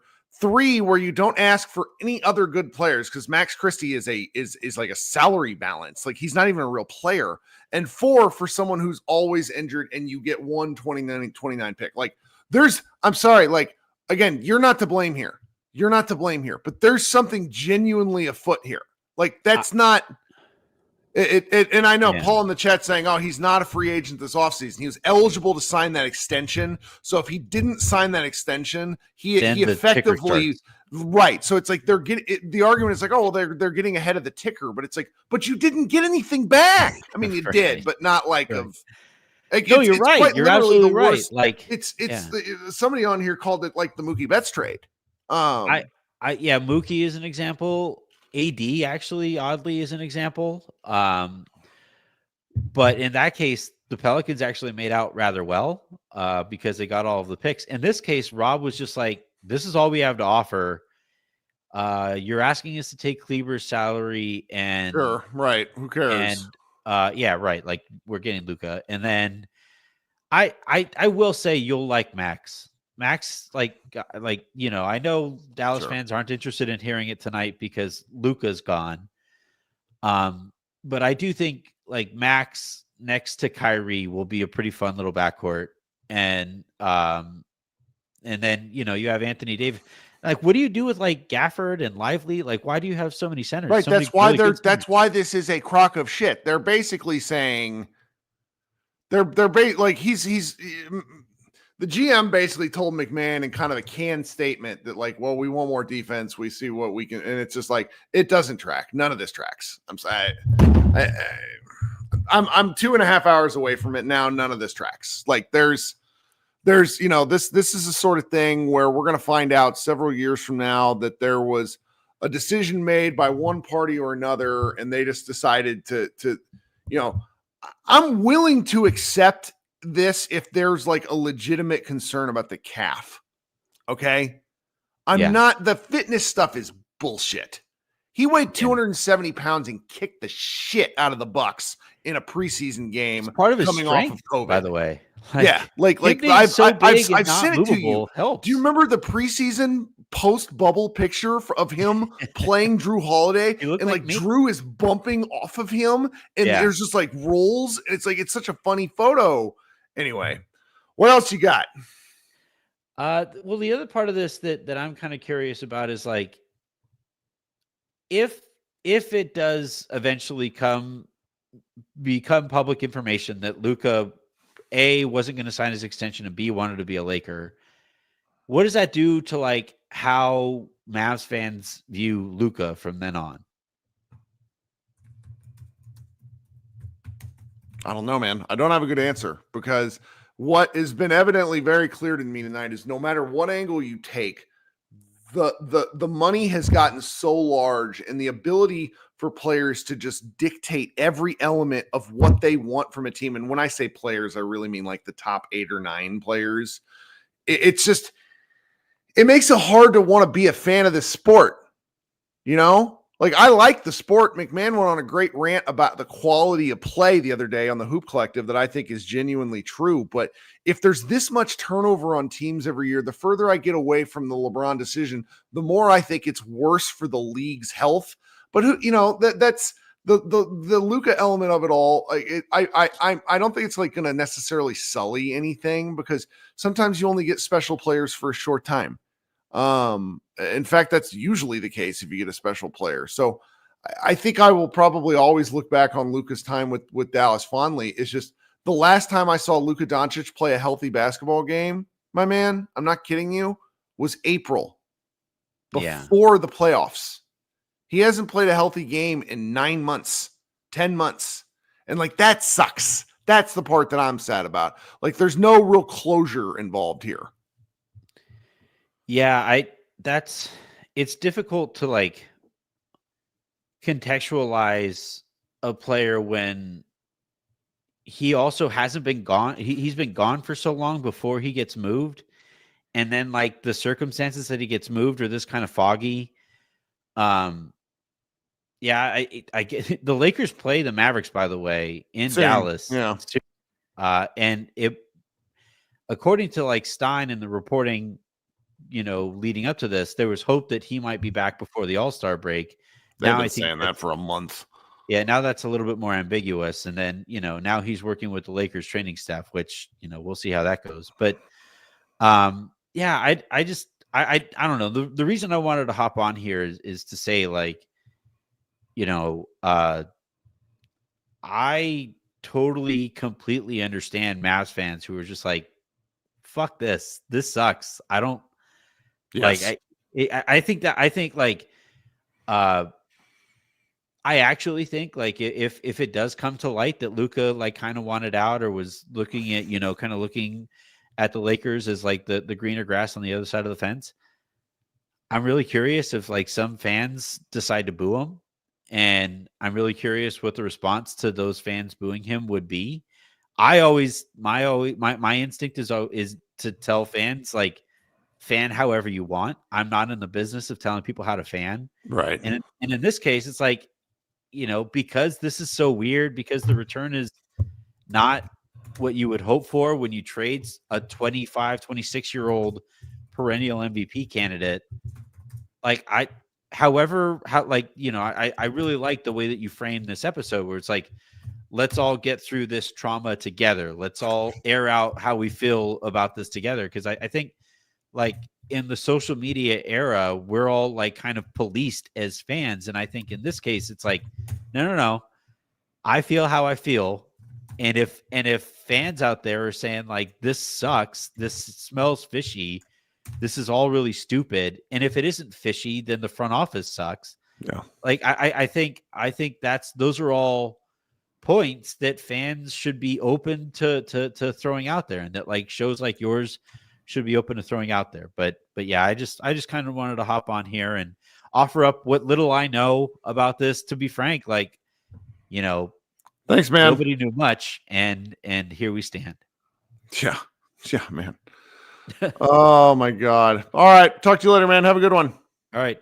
All right. That was Anthony. Brian, welcome. Thanks for waiting, everybody. Everybody's coming on. You guys, hope you guys know us by now. It doesn't matter if we're on for another hour. So what's going on, buddy? Man, you just finished Rumble. Rumble. So you're probably a little cooked. No, actually, so funny story. So I was actually asleep. No. One of my good friends, Cameron Hawkins, who writes for The Ringer, very talented writer, he calls me. He's like, why are you not on the internet right now? I was just like, well, I fell asleep. I'm old. Let me sleep on a Saturday night. What else am I supposed to do? He was like, Luka got traded. I was like, why the fuck would you waste my time and tell me something that's absolutely not true? He's like, I swear on my mom's life, this Shams just tweeted this. I was like, surely this is a gotcha. Nope. And it's so weird. I've been kind of just the last couple hours, I've been kind of just thinking, I'm not even like mad anymore. I'm so dead inside right now. I just felt more empathy for everybody because like if you could give me some grace, I actually wanted to approach this like a couple of different subjects that haven't even been touched on yet. Because I mean, I don't blame everybody for being so mad and distraught at this point, but I have so much empathy right now for Jason Kidd. How the fuck do you go in that locker room and sell this? Like I don't want to feel bad for Jason Kidd. He's not a very good coach in my estimation. But now I don't feel like I feel so bad for him. I feel bad for PJ Washington. I feel bad for Daniel Gafford. I kind of even feel bad for Spencer Dinwiddie. Like I feel bad for Derek Lively. Jaden Hardy. Like these guys that have been busting their ass. Like they I know Kevin Gray tweeted out basically at this point right now, despite all the fucking injuries the Mavericks are in, they basically have the same record they had last year, like at this same time point. And I've never seen so many writers, podcasters, and enthusiasts still be so confident in this team because Luka was eventually going to come back. And now, again, I don't understand how you sell this team. The constitution of this team absolutely makes zero sense. Like none. Like absolutely 0 cents. Because Anthony Davis, who's made of glass, who's had, I believe, already several calf, ankle, and Achilles injuries this year. So, what I mean, from a sensibility standpoint, that like 10 red flags first and foremost there. But man, It's wild to think in about a 10-day time frame, the Mavericks somehow have a lower QR rating than Jerry Jones. Like, think about that. After that press conference and all that slop, Jerry Jones was trying to sell the fans, kind of give everybody member berries of like the 90s. Right. And we're just like, Jerry, I'm almost a 38-year-old man. I don't give a fuck about that stuff. Like, get out of the way. Let somebody else do the job. And now I obviously feel so much empathy for your kids. Like, have you even had a guy like your son? Like, I'm gonna feel heartbroken when you have that conversation with him because he's probably still asleep, right? I hope. Oh yeah, yeah. Like, I don't like. He's gonna be heartbroken. That makes me hurt for you and him. Like, like 7-year-old, 8-year-old Brian would have been heartbroken if Michael Finley was traded. Yeah, like I would have been devastated. And what I've received so many texts, and like obviously so have you, but like I'm talking to former Mavs Moneyball writer and my former podcast owner Lauren Gunn. She's usually a very happy young lady, and I don't think I've ever seen her so distraught. I feel so bad for these. Yeah, she's gone to Mavs games since she was like in a like a fetus. Yes. So it's like and the very nice 20-year-old the gentleman that told his story about his brother, that kind of made me tear up a little bit. And I think that's who I'm really sad about the worst. And bigger picture, I don't understand. Like, I don't know how you sell this. And the thing about, and I feel also awful for those. The Mavericks held the fans down and said, hey, you're going to fucking spend $130 and watch all these goddamn games if you want to watch Maverick basketball. Like, what the fuck? Like, I mean, I was like, I'm not paying no disrespect to Falwell. I'm not paying $130 just to watch the Mavericks. I'm going to just pay a freaking $100 for NBA League Pass. Watch everybody. Like, how do you sell that to your fans? That is the biggest, like, fuck you. Like, fan service. I feel so bad. Like, if I'm canceling that shit, I might even dispute it and say, no, I'm getting a goddamn refund. Like, that is not fan service at all. Like, no, like, you're wasting all this time. And bigger picture stuff is like, if this would have happened when we were like, let's say 15 to 23 or whatever, the different age ranges of young folks you've already had on, we would have like gone on talk radio, probably the ticket or the fan, and yelled and screamed. We would probably still watch the Mavericks, but now these kids, man, they're not like stubborn in their own ways. They don't like to eat slop. Like, and you shouldn't, as a fan base, shouldn't. They're gonna find something different to do. They might all gravitate towards the Lakers now, and that's the thing that's upsetting the most. I know there's a lot of conspiracy theories about Butch, LeBron, whatever. Nico is dumb enough to still allow this to happen. Yeah. And I know relatively speaking, since the arrival of Kyrie, I would say the Dallas media scene has gotten a little bit more like very, very gentle, I would say. I would say there's very like kind of poking. You'll get the occasional maybe Cuban yelling at McMahon or Cato, but it's very, once in a while.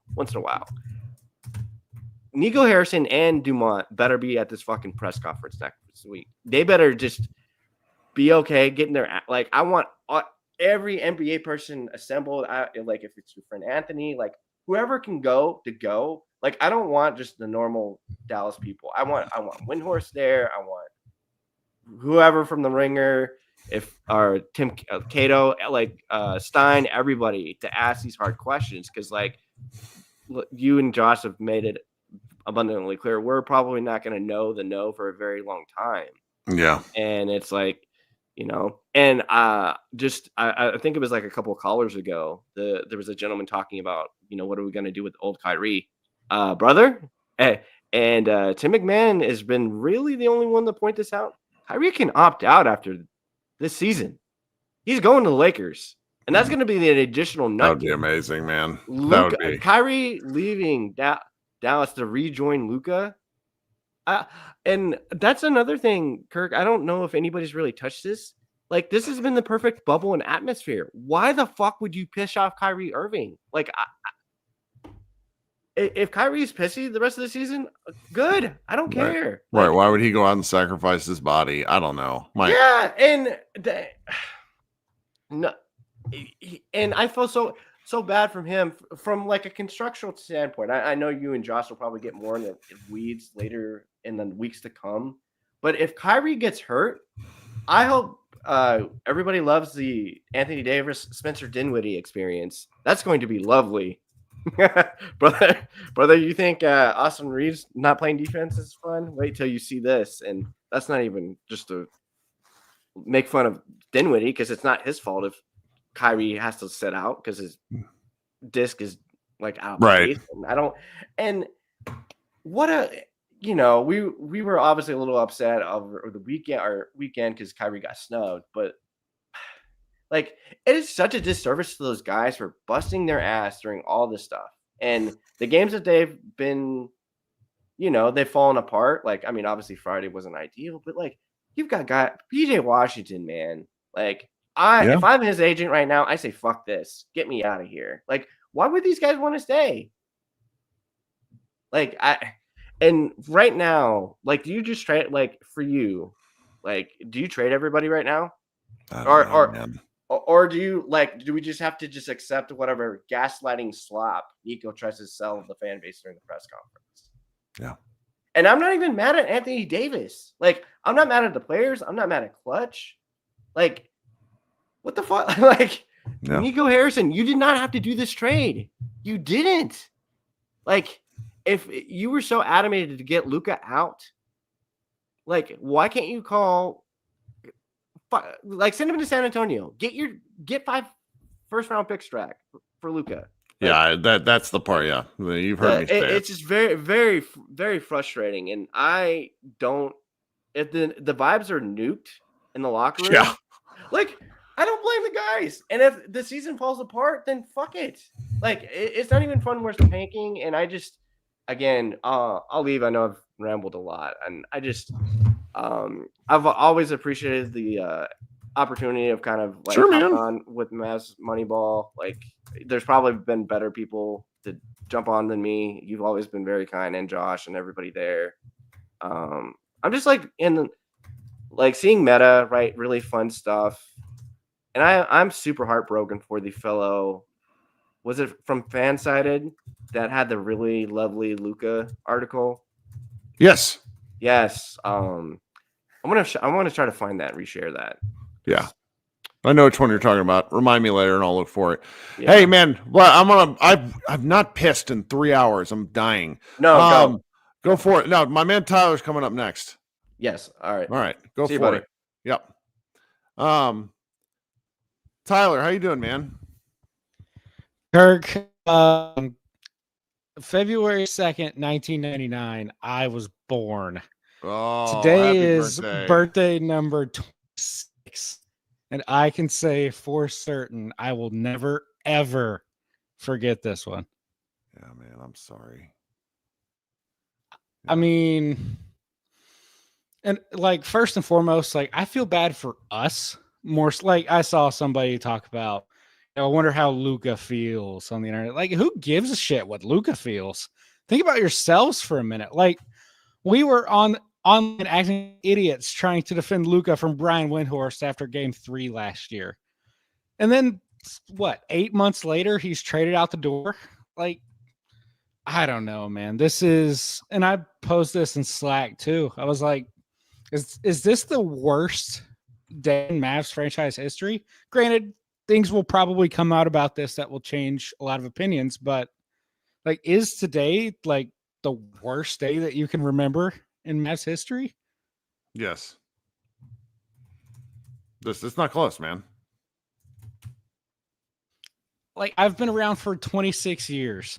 All I've known is Luka and Dirk in my Mavs fandom. Like, I once had to sit here and ponder the question of, am I a Mavs fan or am I just a Dirk or Luka homer? Like, I've never had to evaluate what my fandom's about. It's always just been intertwined with a star who's generational talent wise, a guy who lived and died for this city.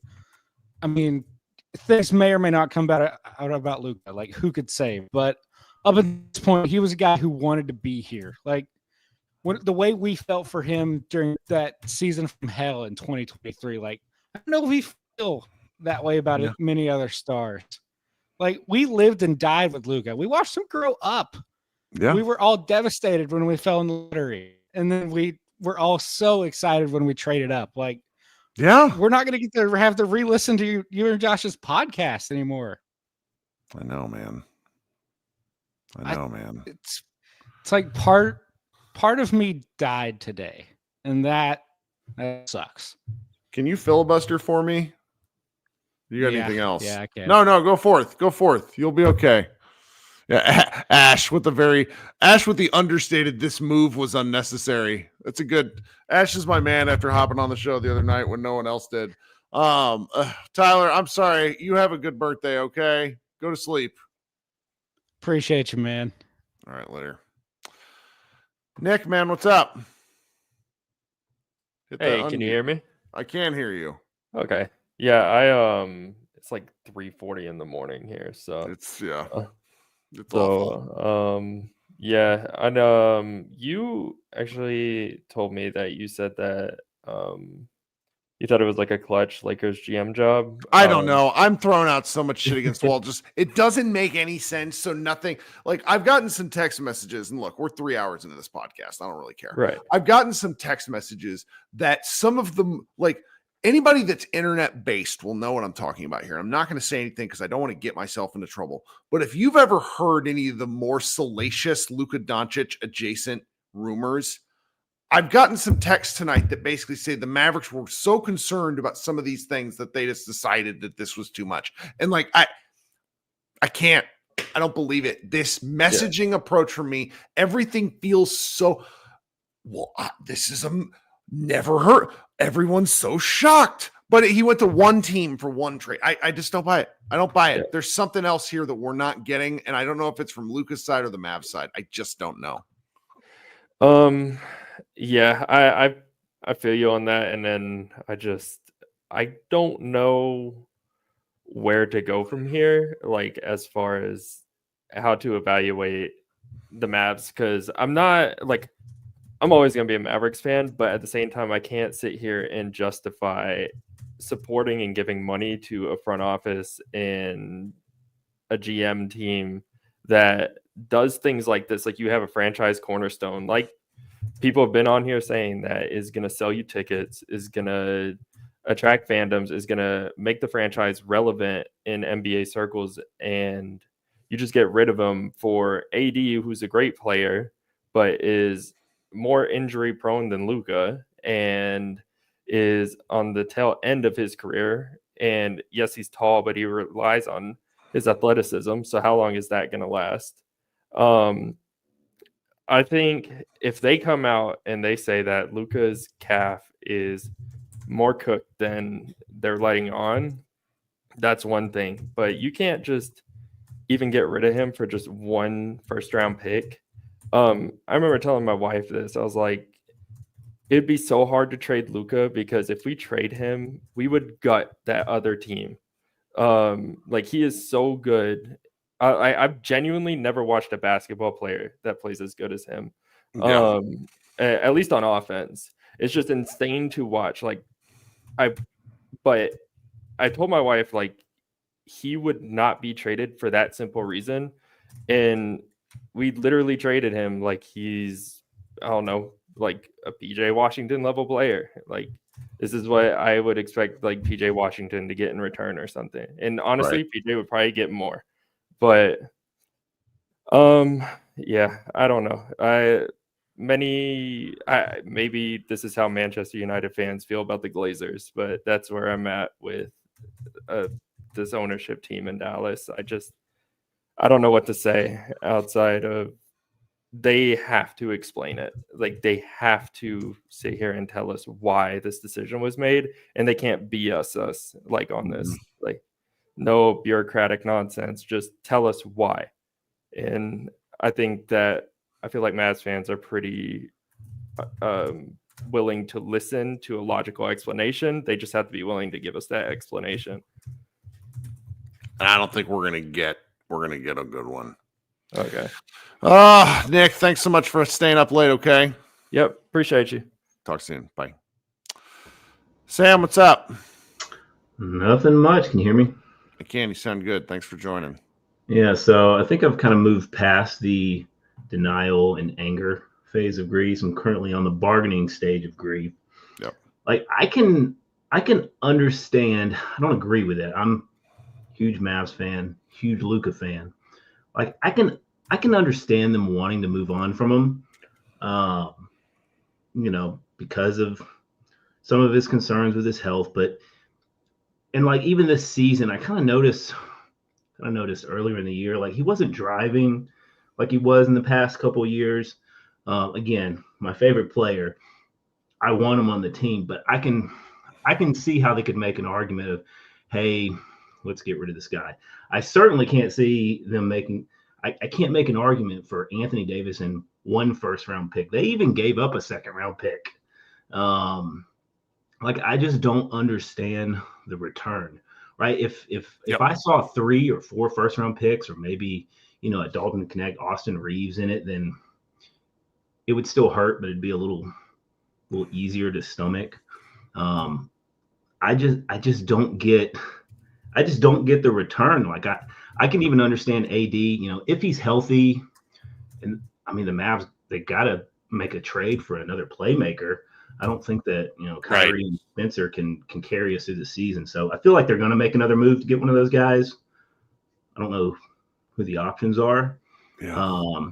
But if AD's healthy, I do think that we could actually compete in the West if we can actually make the playoffs. But future, I mean, I don't even know how. Like even if we wanted to trade our player, I don't even know how we could. I don't even know how we could even build a future with what we have right now. It just, again, I can understand the argument of wanting to move on from Luka. Again, I disagree with it. Maybe I just think the Mavericks, maybe they just don't like him. There's probably some stuff like, look, I've watched enough Luka games. I've seen him in games. Like he is, I don't know if he's the same way off the court. They brought in Jason Kidd because he is he has a reputation for being a player's coach. Right.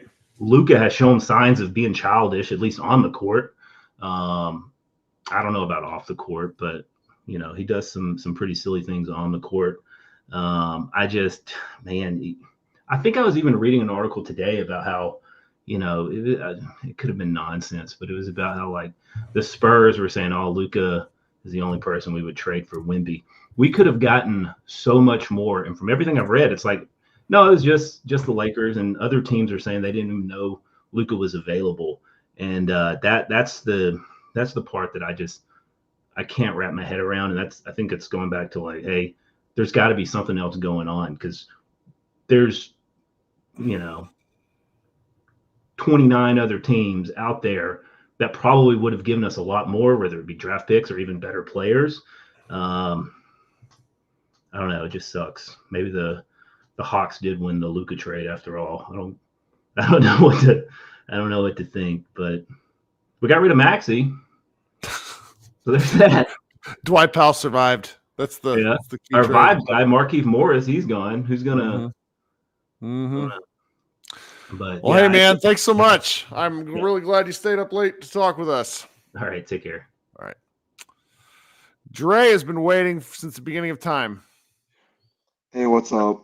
Thanks for hanging out. What's going on? No worries, bro. It's early here in the morning. I'm here in Romania in Eastern Europe. I woke up to the snooze. I'm not even a Mavs fan. But I saw the snooze. I saw what you guys are doing. I appreciate what you guys are saying, and I feel for you. I'm a Cavs fan. I'm from Cleveland originally, and I feel the pain of a superstar leaving. But what I don't get is when you have someone like Luka or like LeBron, one of these generational talents, you try everything to keep him there. Yep. Okay, like I just don't understand, because when LeBron left, you had ads of the mayor and the governor of Ohio singing, begging LeBron to stay. Everyone got involved. We had kids writing letters in the schools, ask LeBron to stay here. Right. But it's like, how do you just trade him and for nothing? You guys don't even get a chance to rebuild. You got nothing in return. I mean, okay, AD, you say you're going to win now.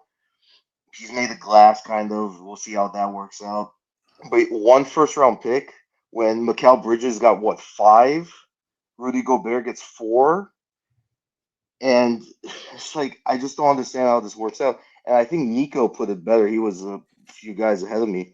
It's a dereliction of duty. Like, how do you not at least auction him around? Like, see what you can get. If a CEO tried selling a part of his company, he would have to get the best haul possible to get it, like, or else the board would be like, "What the fuck is going on? Yep. What are you doing? You're fired." It's like, it doesn't make any sense. It doesn't make any sense, and I feel there has to be something bigger around, like, behind this. I don't know if it's with his injury or if they straight up don't like him, but it really sucks here because living here in Europe, I also realize how many people got into basketball, right? Because of people like Luka, like Jokic, especially here in Eastern Europe, and people became Mavs fans just because of Luka. Sure, no, there's a ton of them. I mean, that's probably like 30% of our audience. So many, and now I'm sure, like, that's all I found out this morning. I woke up, it's like, boom, Luka to the Lakers. Luka, I swear, I thought it was April Fool's. I had to check the calendar. I just woken up. I was like, this is not real. It's not real. Like, how is this possible? And I saw the return. I was like, this is absolutely not real. Shams got hacked. But it's so sad to see, and I really feel for you guys. I think the whole NBA feels for you, maybe except LA. But yeah, it's stuff like this that makes people hate the NBA. It's like, if this doesn't get vetoed, which it probably won't, it's these small. They don't give small market teams a chance to succeed, and it's because of stuff like this. And besides that, it's just you guys, not you guys, but the ownership and the management. Like, what are they doing? I just don't get it. I'm sure a lot of people don't get it. It's a dereliction of duty. Nico didn't do his job right, and I don't get it. I think every player on that Mavs team just wants to get out and start fresh somewhere else. Because think about Clay. Clay probably came here because of Luka, and it's like Kyrie. Yes. And now what are you going to do with Kyrie? Because I think his contract's done in the summer. It's like, what, he's going to leave for nothing? Yep. So, because he's not going to want to stay now. And so, are you going to trade him now too? And so, what's it going to be? Just Anthony Davis and a couple nice role players? And where does PJ fit in all this? PJ's going to come off the bench? Who knows, man? Or is he going to start the 4? I bet he. Well, Davis has bitched publicly the past week about how he thinks he should play power forward. So I think, and like, if you're coming at this just from the Nico point of view, and let's just give Nico the benefit of the doubt, just for argument, you play Lively or Gafford at center, AD at power forward, PJ at small forward. You play a big ball lineup, and then Kyrie Irving. I could see that happening, but I don't love it though. It's such a weird fit. Yeah. It's so weird. It's really forcing PJ into that 3 spot. Where he's not.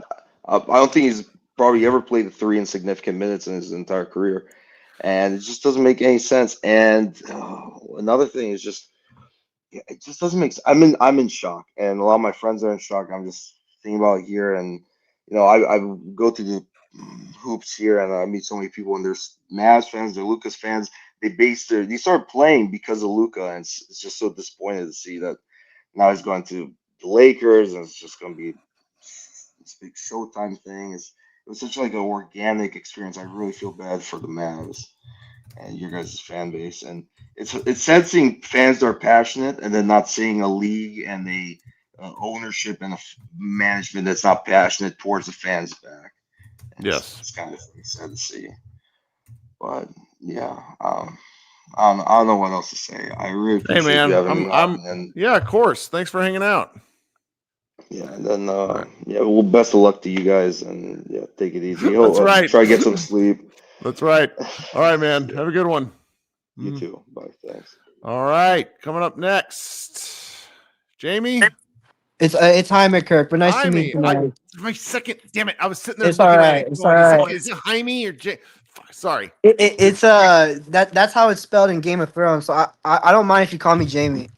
It Jaime, reminds me what's of happening? sorry. So I've been trying to rationalize like this whole like trading process. So people are online saying why didn't they go to like OKC or why didn't they go to the Jazz and get this giant pick haul from these teams that are loaded? So Sure. online they said that this trade was in the works for weeks. It wasn't something that for several weeks, right? So it wasn't something that happened overnight per se. In my opinion, this happened for a few reasons. Number one, Nico Harrison truly believes that he wants to win now. That's why he wanted a player like Anthony Davis, right? Sure. To the argument to which it can be argued forever, but that's his reasoning, right? That's the rationalization I'm trying to make for him.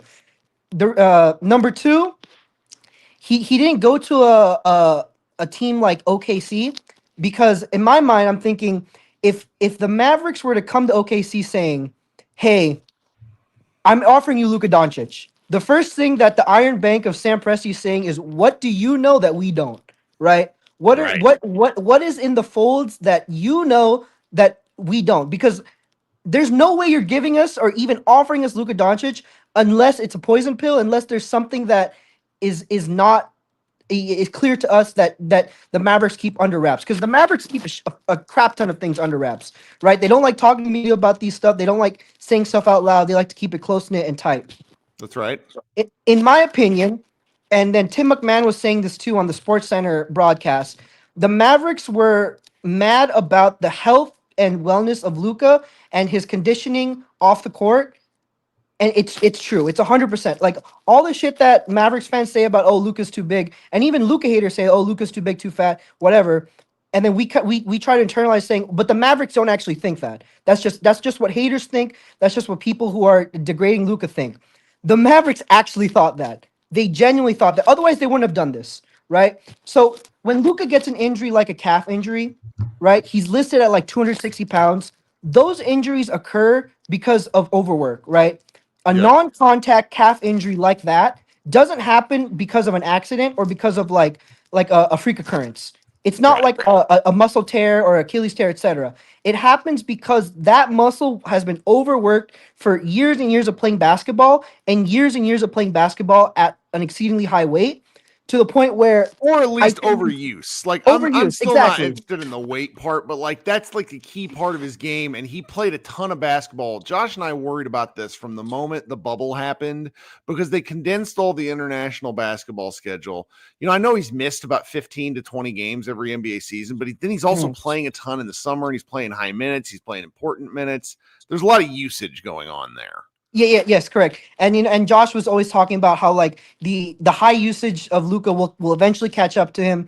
The Mavericks have been over time trying to decrease the usage of Luka Doncic to keep him. And I'm not saying I agree with any of these takes. I'm just trying to rationalize it in Nico Harrison's point of view as to why he would ever want to ship Luka out to the Lakers. But I truly believe that he thinks that Luka was not meant to last for the 5-year, $350 million max contract that they were going to offer him. Sure. I think that they were thinking that Luka at some point, because he's not, healthy enough to I mean, I hate to say it, but just to lose the weight in order to at least decrease the load of his calves, because it's lower body injuries, right? It's because of the increased usage and the increased game times and then and then the fact that he refuses to, like, God forbid they ask him not to play for Slovenia, right? God forbid they tell him to do that, right? So all of those things, I think, accumulated to them saying, all right, Luka, go to the Lakers, etc. As to why they didn't ask any other teams, I can only guess and I can only assume it's because the Lakers are the only team that would have been a sucker enough to take Luka no matter what, because they had no other outs. The Lakers were just like, the only way for us to improve is to take Luka, even if he is a damaged asset per se or not, right? because they were the only team a sucker enough to do that. So unfortunately, that's the case. And then one last thing, I for the Lakers, their future, I don't think this even makes them that much better. No, they're going to be they're going to be a mess, man. They're going to be they don't have terrible. any defense. Like they're going to be like the Mavericks in 2023, but I think that they have a big enough lead to where I'm not sure if it'll matter. They're playing Jackson Hayes as their starting center. And they're playing an Austin Reeves, Luka Doncic, and 55-year-old LeBron James backward defense. It's going to be terrible. And they're paying. They're going to have to pay Luka the $70 million over the offseason, and they're still paying LeBron $100 million because they want to keep him. So they're not going to be able to sign anyone to like. They're not going to be able to get a PJ Washington type or Daniel Gafford type. It's not going to happen. So you're going to get a this is Kyrie shit all Irving, around. though. Yeah, and I feel so bad for Kyrie. I've been a Kyrie fan for years. I feel if you so want to bad. if you really want to throw a conspiracy hat on, just be thinking about this. If Kyrie happens to go sign there this offseason when he opts out of the deal, he can. There's no reason for him to stay. Why would he want to stay? Why would he want to stay? They've shown that they're going to kick out Luka. Why would they keep Kyrie when he becomes 35, right? And he's an aging guard. He's going to have injuries as well. Why would he think that this team? Why would he put his faith into this team? Right? So thank you so much, Kirk. Thank you Appreciate for everything. it, man. I really hope you guys don't end this because I've been a long time listener, long time lurker. I mean, but we'll go we as long fully as it makes understand. sense. It's tough because there's like 8 different Mav shows, and like Yeah. everyone needs to be honest with themselves that they largely self-support because Luka exists, and you Exactly. get this 30% Exactly. Slovenian inflow. And now it's just not the case. Like the math might not math, but we'll see. Thanks so much, man.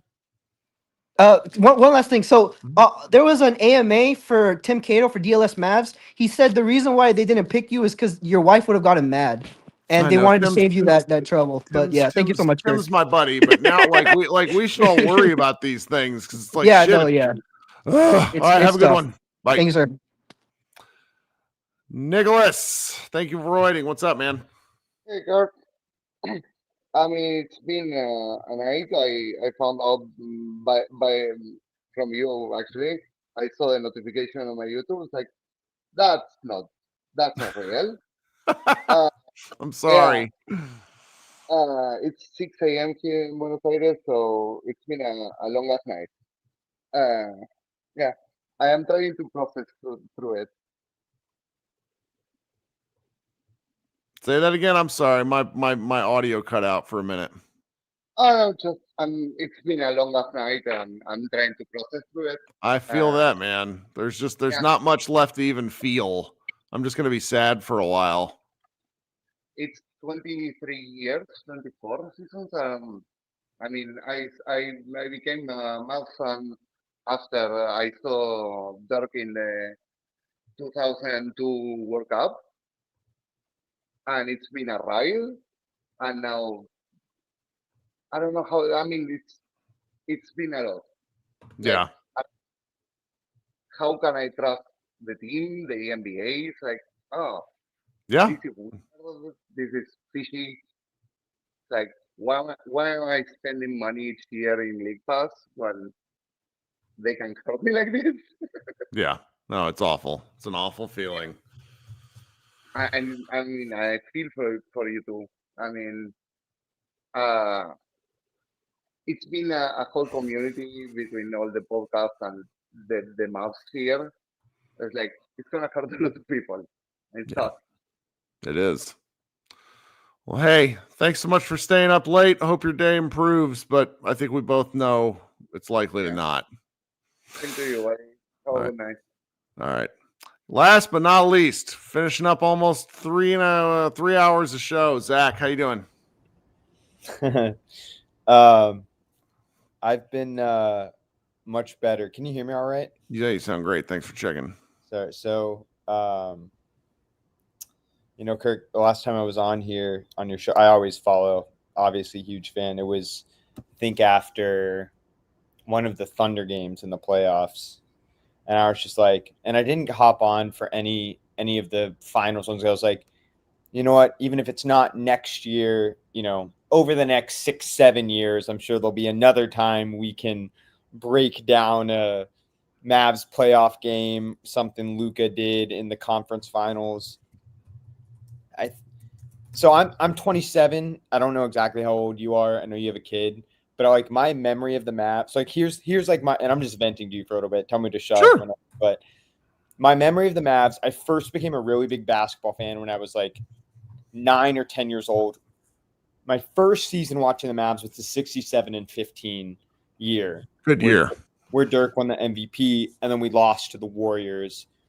So my tenure is amazing season, disappointment, then those string of first-round losses, like losing to the Hornets, getting upset by the Spurs, then upsetting the Spurs, losing to the Nuggets. Then we win the title, and then it's 8 years of incompetence, and we get Luka. And if I'm being honest with you, I said, like, I'm young to preface the fact that I feel like someone just died in my life. No, like, I mean, buddy, somebody. I genuinely feel like someone is dead. Like I was.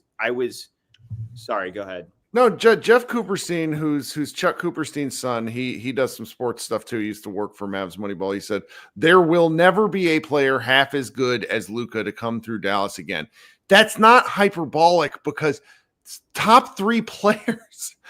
Like most guys who are considered top 3, top 5, top 10, you just don't get those guys. Like it's so absurd. It's insane. I was I'm in New York, so I'm an hour ahead. I was at a buddy's wedding tonight in Midtown Manhattan. Oh wow! I'm on the dance. I'm having a great time. I just put money on actually trying to see if I could get a good deal on the Suns coming back against the Blazers. So I was following that game a little bit. They were losing, so I put my phone away. And then I get these texts 4 hours ago, and I used to live in California before. It's all these Lakers fans who I was friends with, like, taunting me, of course, because of course they are. And I was like, this is a joke. The Shams tweet, I was like, okay. I literally thought it was like a Centel or like, the fake accounts. Okay, so now that I've vented, I was just talking to Mavs Film Room about this. Right. I have been trying every way to triangulate, like Josh, Josh tweeted, I can understand how the Mavs could want to be done with Luka. Like I didn't want to be, but if you look at the facts, you can understand how they'd reach a point to be like, let's explore. But after that, it's like, if you're going to trade for AD, that's a clear mismatch. You should be getting every pick in the war chest. And it shouldn't even be a negotiation. Pelinka should be like, okay, yeah, take all of our picks. Give us Luka, because that's still a discount. The fact the Lakers got to hold on to picks, and then we have to send out a pick to help the Lakers facilitate salary to Utah. Yep. Nico is such a smart, or I thought was such a smart, intuitive guy who knows the locker room. I went to hear him speak at the Sloan Sports Analytics Conference in Boston last year, because it just so happens that weekend of the conference, the Mavs were in town playing the Celtics in Boston. So Nico spoke, and he very vividly talked about like his and Monty McNair was up there with Daryl Morey, and Monty and Daryl were very much talking about like analytics and numbers. And Nico was talking about how much he values just personalities and fit. So, and I just like trusted him even more after that. All of that aside, even if there was a red flag, I don't get how Nico can process like that the rest of the team will be mentally stable after that. Like even if we were like Kirk, even in a world in which, and I'm sorry, I'm so fired up. All right, man. Oh, I was fine. I mean, I've been doing this for 3 hours. I've lost a little bit of my gas. So I'm here to give you some more energy. Even in a world in which like we get set, like I'm not exaggerating, 8 first-round picks and like right. I know what you mean. Like if we traded with the Heat and we got like Khalil Ware, 8 first-round picks, Tyler Hero, I would still be like, damn, well, okay, but how's PJ still going to be so tenacious, and Hardy and Kyrie, and how do you not foresee the dominoes that are almost certainly going to come? And I apologize, I know you've been on here for 3 hours. I'm sure man, it's fine. But there is no chance Klay Thompson, who literally said I wanted to come play with Luka and Kyrie, right, like is here for the rest of his contract. Right. If I'm Clay, I'm asking out tomorrow too. Like I'm trying to be gone before the deadline if I'm Clay, because like he struggled since Luka's been out. Like adding AD is not going to help that. I'm such a loyal fan. I bought a ticket to the finals, and then they went down 0-3, and I almost was going to sell it. And I was working in Portland over the summer. I still flew back on a red eye to be able to make. And I really don't know if I can keep being a fan of this team. If I'm being really honest. I get it, man. You're not alone. That's what I've mostly heard tonight. Really? And I'm a passionate, like, prisoner of the moment person, but it's now 4 hours later. I was also slightly inebriated when the news first came out, and I was thinking this is all just a joke.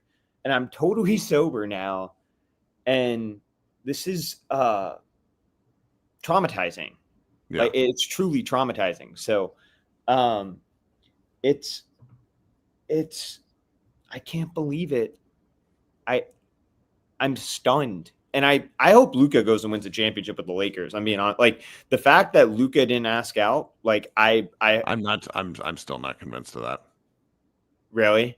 Yeah, because it's the Mavericks went to one team that didn't have any actual trade assets and got one good player and a mediocre draft asset back.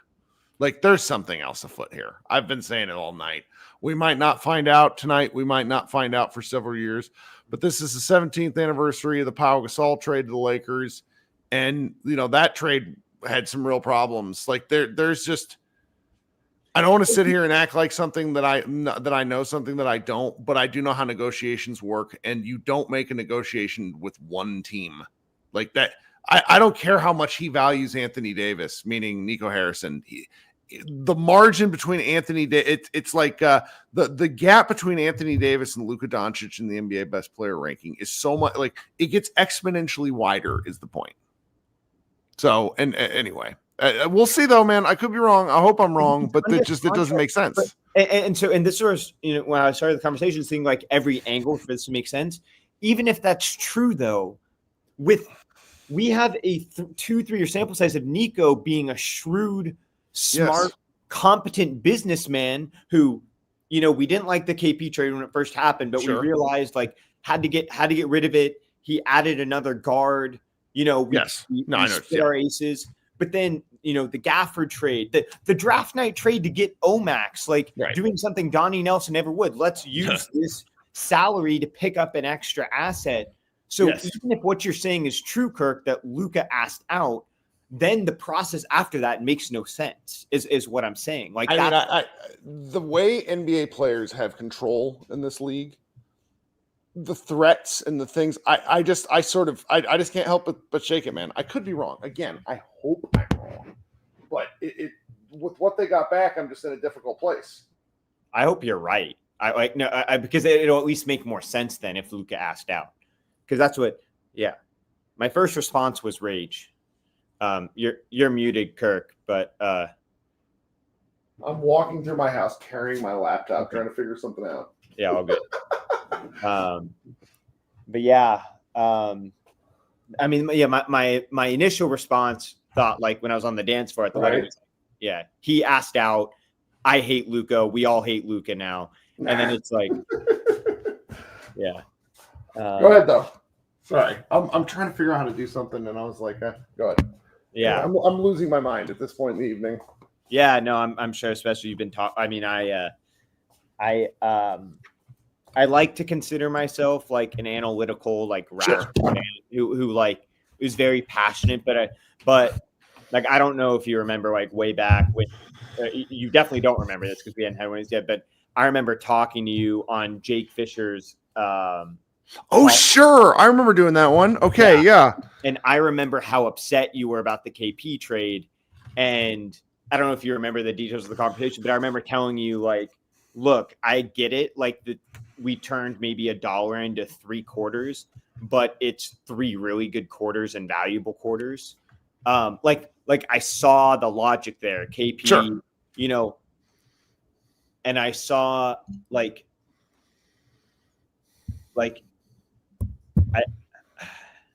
even when Donnie Nelson made his really dumb moves, like deadline moves, like when he said he was going to make a trade and he sends like at the time valuable second round picks for a wash JJ Redick, like one of his last trade deadlines. I'm like, okay, well, I squint really hard. I can see like veteran sharpshooter. Rick likes his vets.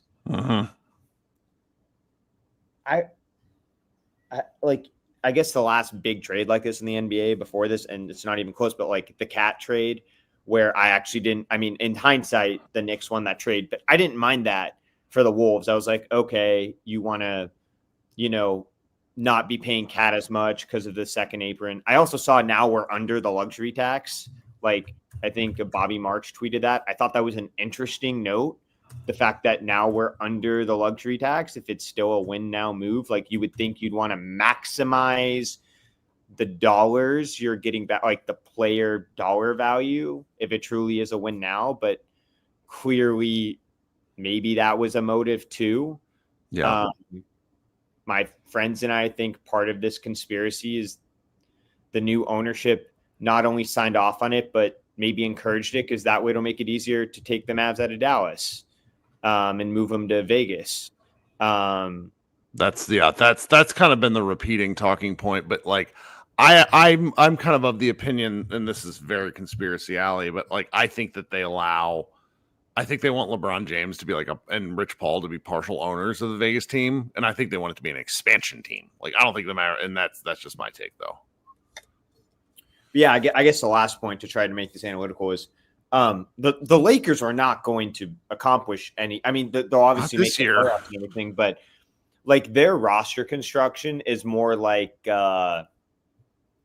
Honestly, it's the most like the 2023 Mavs. Like obviously, I mentioned that earlier. It's very similar because they have two ball handling guys and no defense.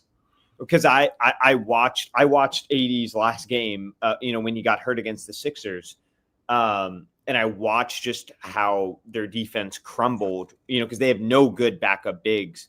And you had like Yabusele and Ricky Council and obviously Maxey just torching them in the paint. They're going to be worse on the perimeter now. I don't know how good Max Christie was, but I'm sure he was a better perimeter defender than Luka. So Lakers aren't going to win anything, but I mean, from a financial perspective, they're going to be fine. Yeah. I could keep going for an hour. I know you're no tired. worries, man. I've go forth. Yeah. Come back. We'll keep doing these shows, okay? Thanks, Kirk. I appreciate you doing this. Sure thing. Yeah. Have a good one. Right. So we got two more people waiting. Guys, I am dying. I'm not using the bathroom in 3.5 hours. I will be back in like 2 seconds. Jesse, please wait for me. I'll be right back. All right. This is weird, but I don't have any other option.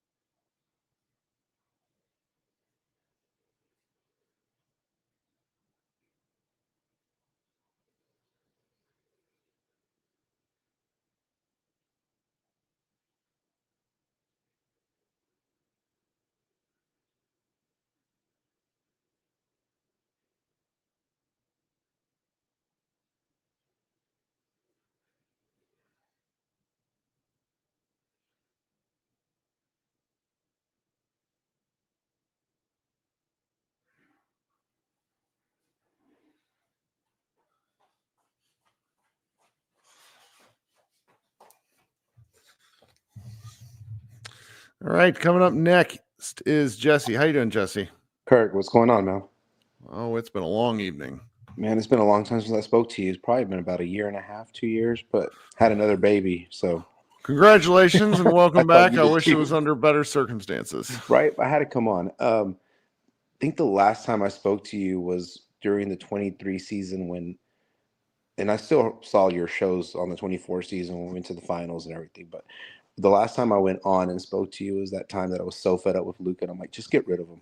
I don't know if you remember that. I was so fed up. Many people have expressed that feeling over, like, in a moment of frustration And and I was like, whatnot. just get rid of him. He doesn't try, if he's gonna pout. It's just so.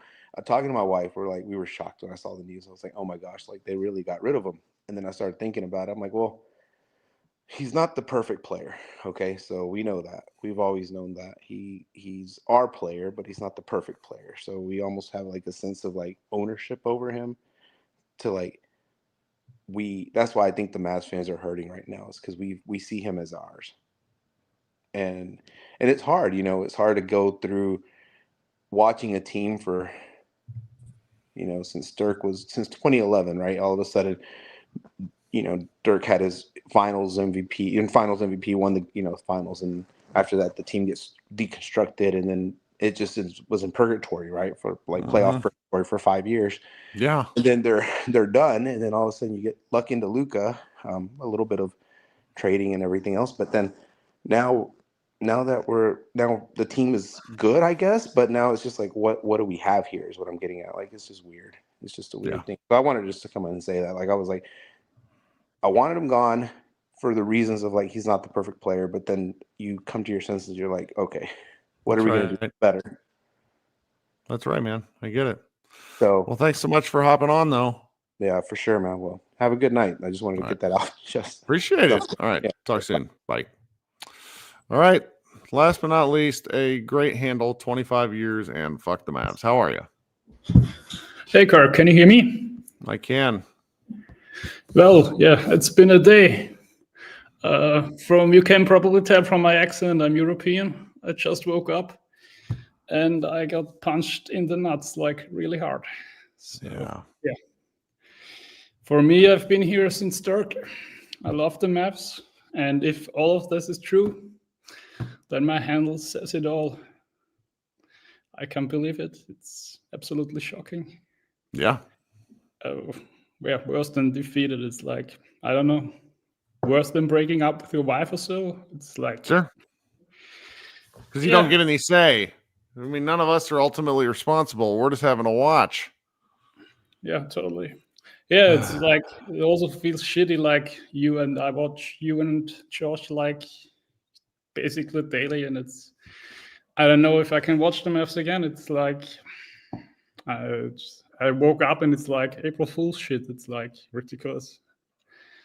Yeah, maybe I'm just fresh to it, so maybe I'm more of a downer than most other people. It's like just a punch in the gut. Maybe the balls would be more fitting. Yeah, but yeah, thank you very much for doing this and letting people cope. It's worst thing is that it's the Lakers. It's of all teams. I even hate their colors. It's like, I get it. I watched like some Sports Center coverage, and every time I saw those colors, it was like, fuck. Yeah. Well, I don't want to keep you any longer. Everything has been said that this possibly be that's right. Yeah. All right, man. Take care, have a better day. Have a good one. Talk to you. Okay. All right, guys. Thanks so much for hanging out. I know this is what anybody wanted. We'll have more. Josh and I'll post another podcast tomorrow after the game. But for now, it's so long. We'll see you tomorrow. Go Mavs.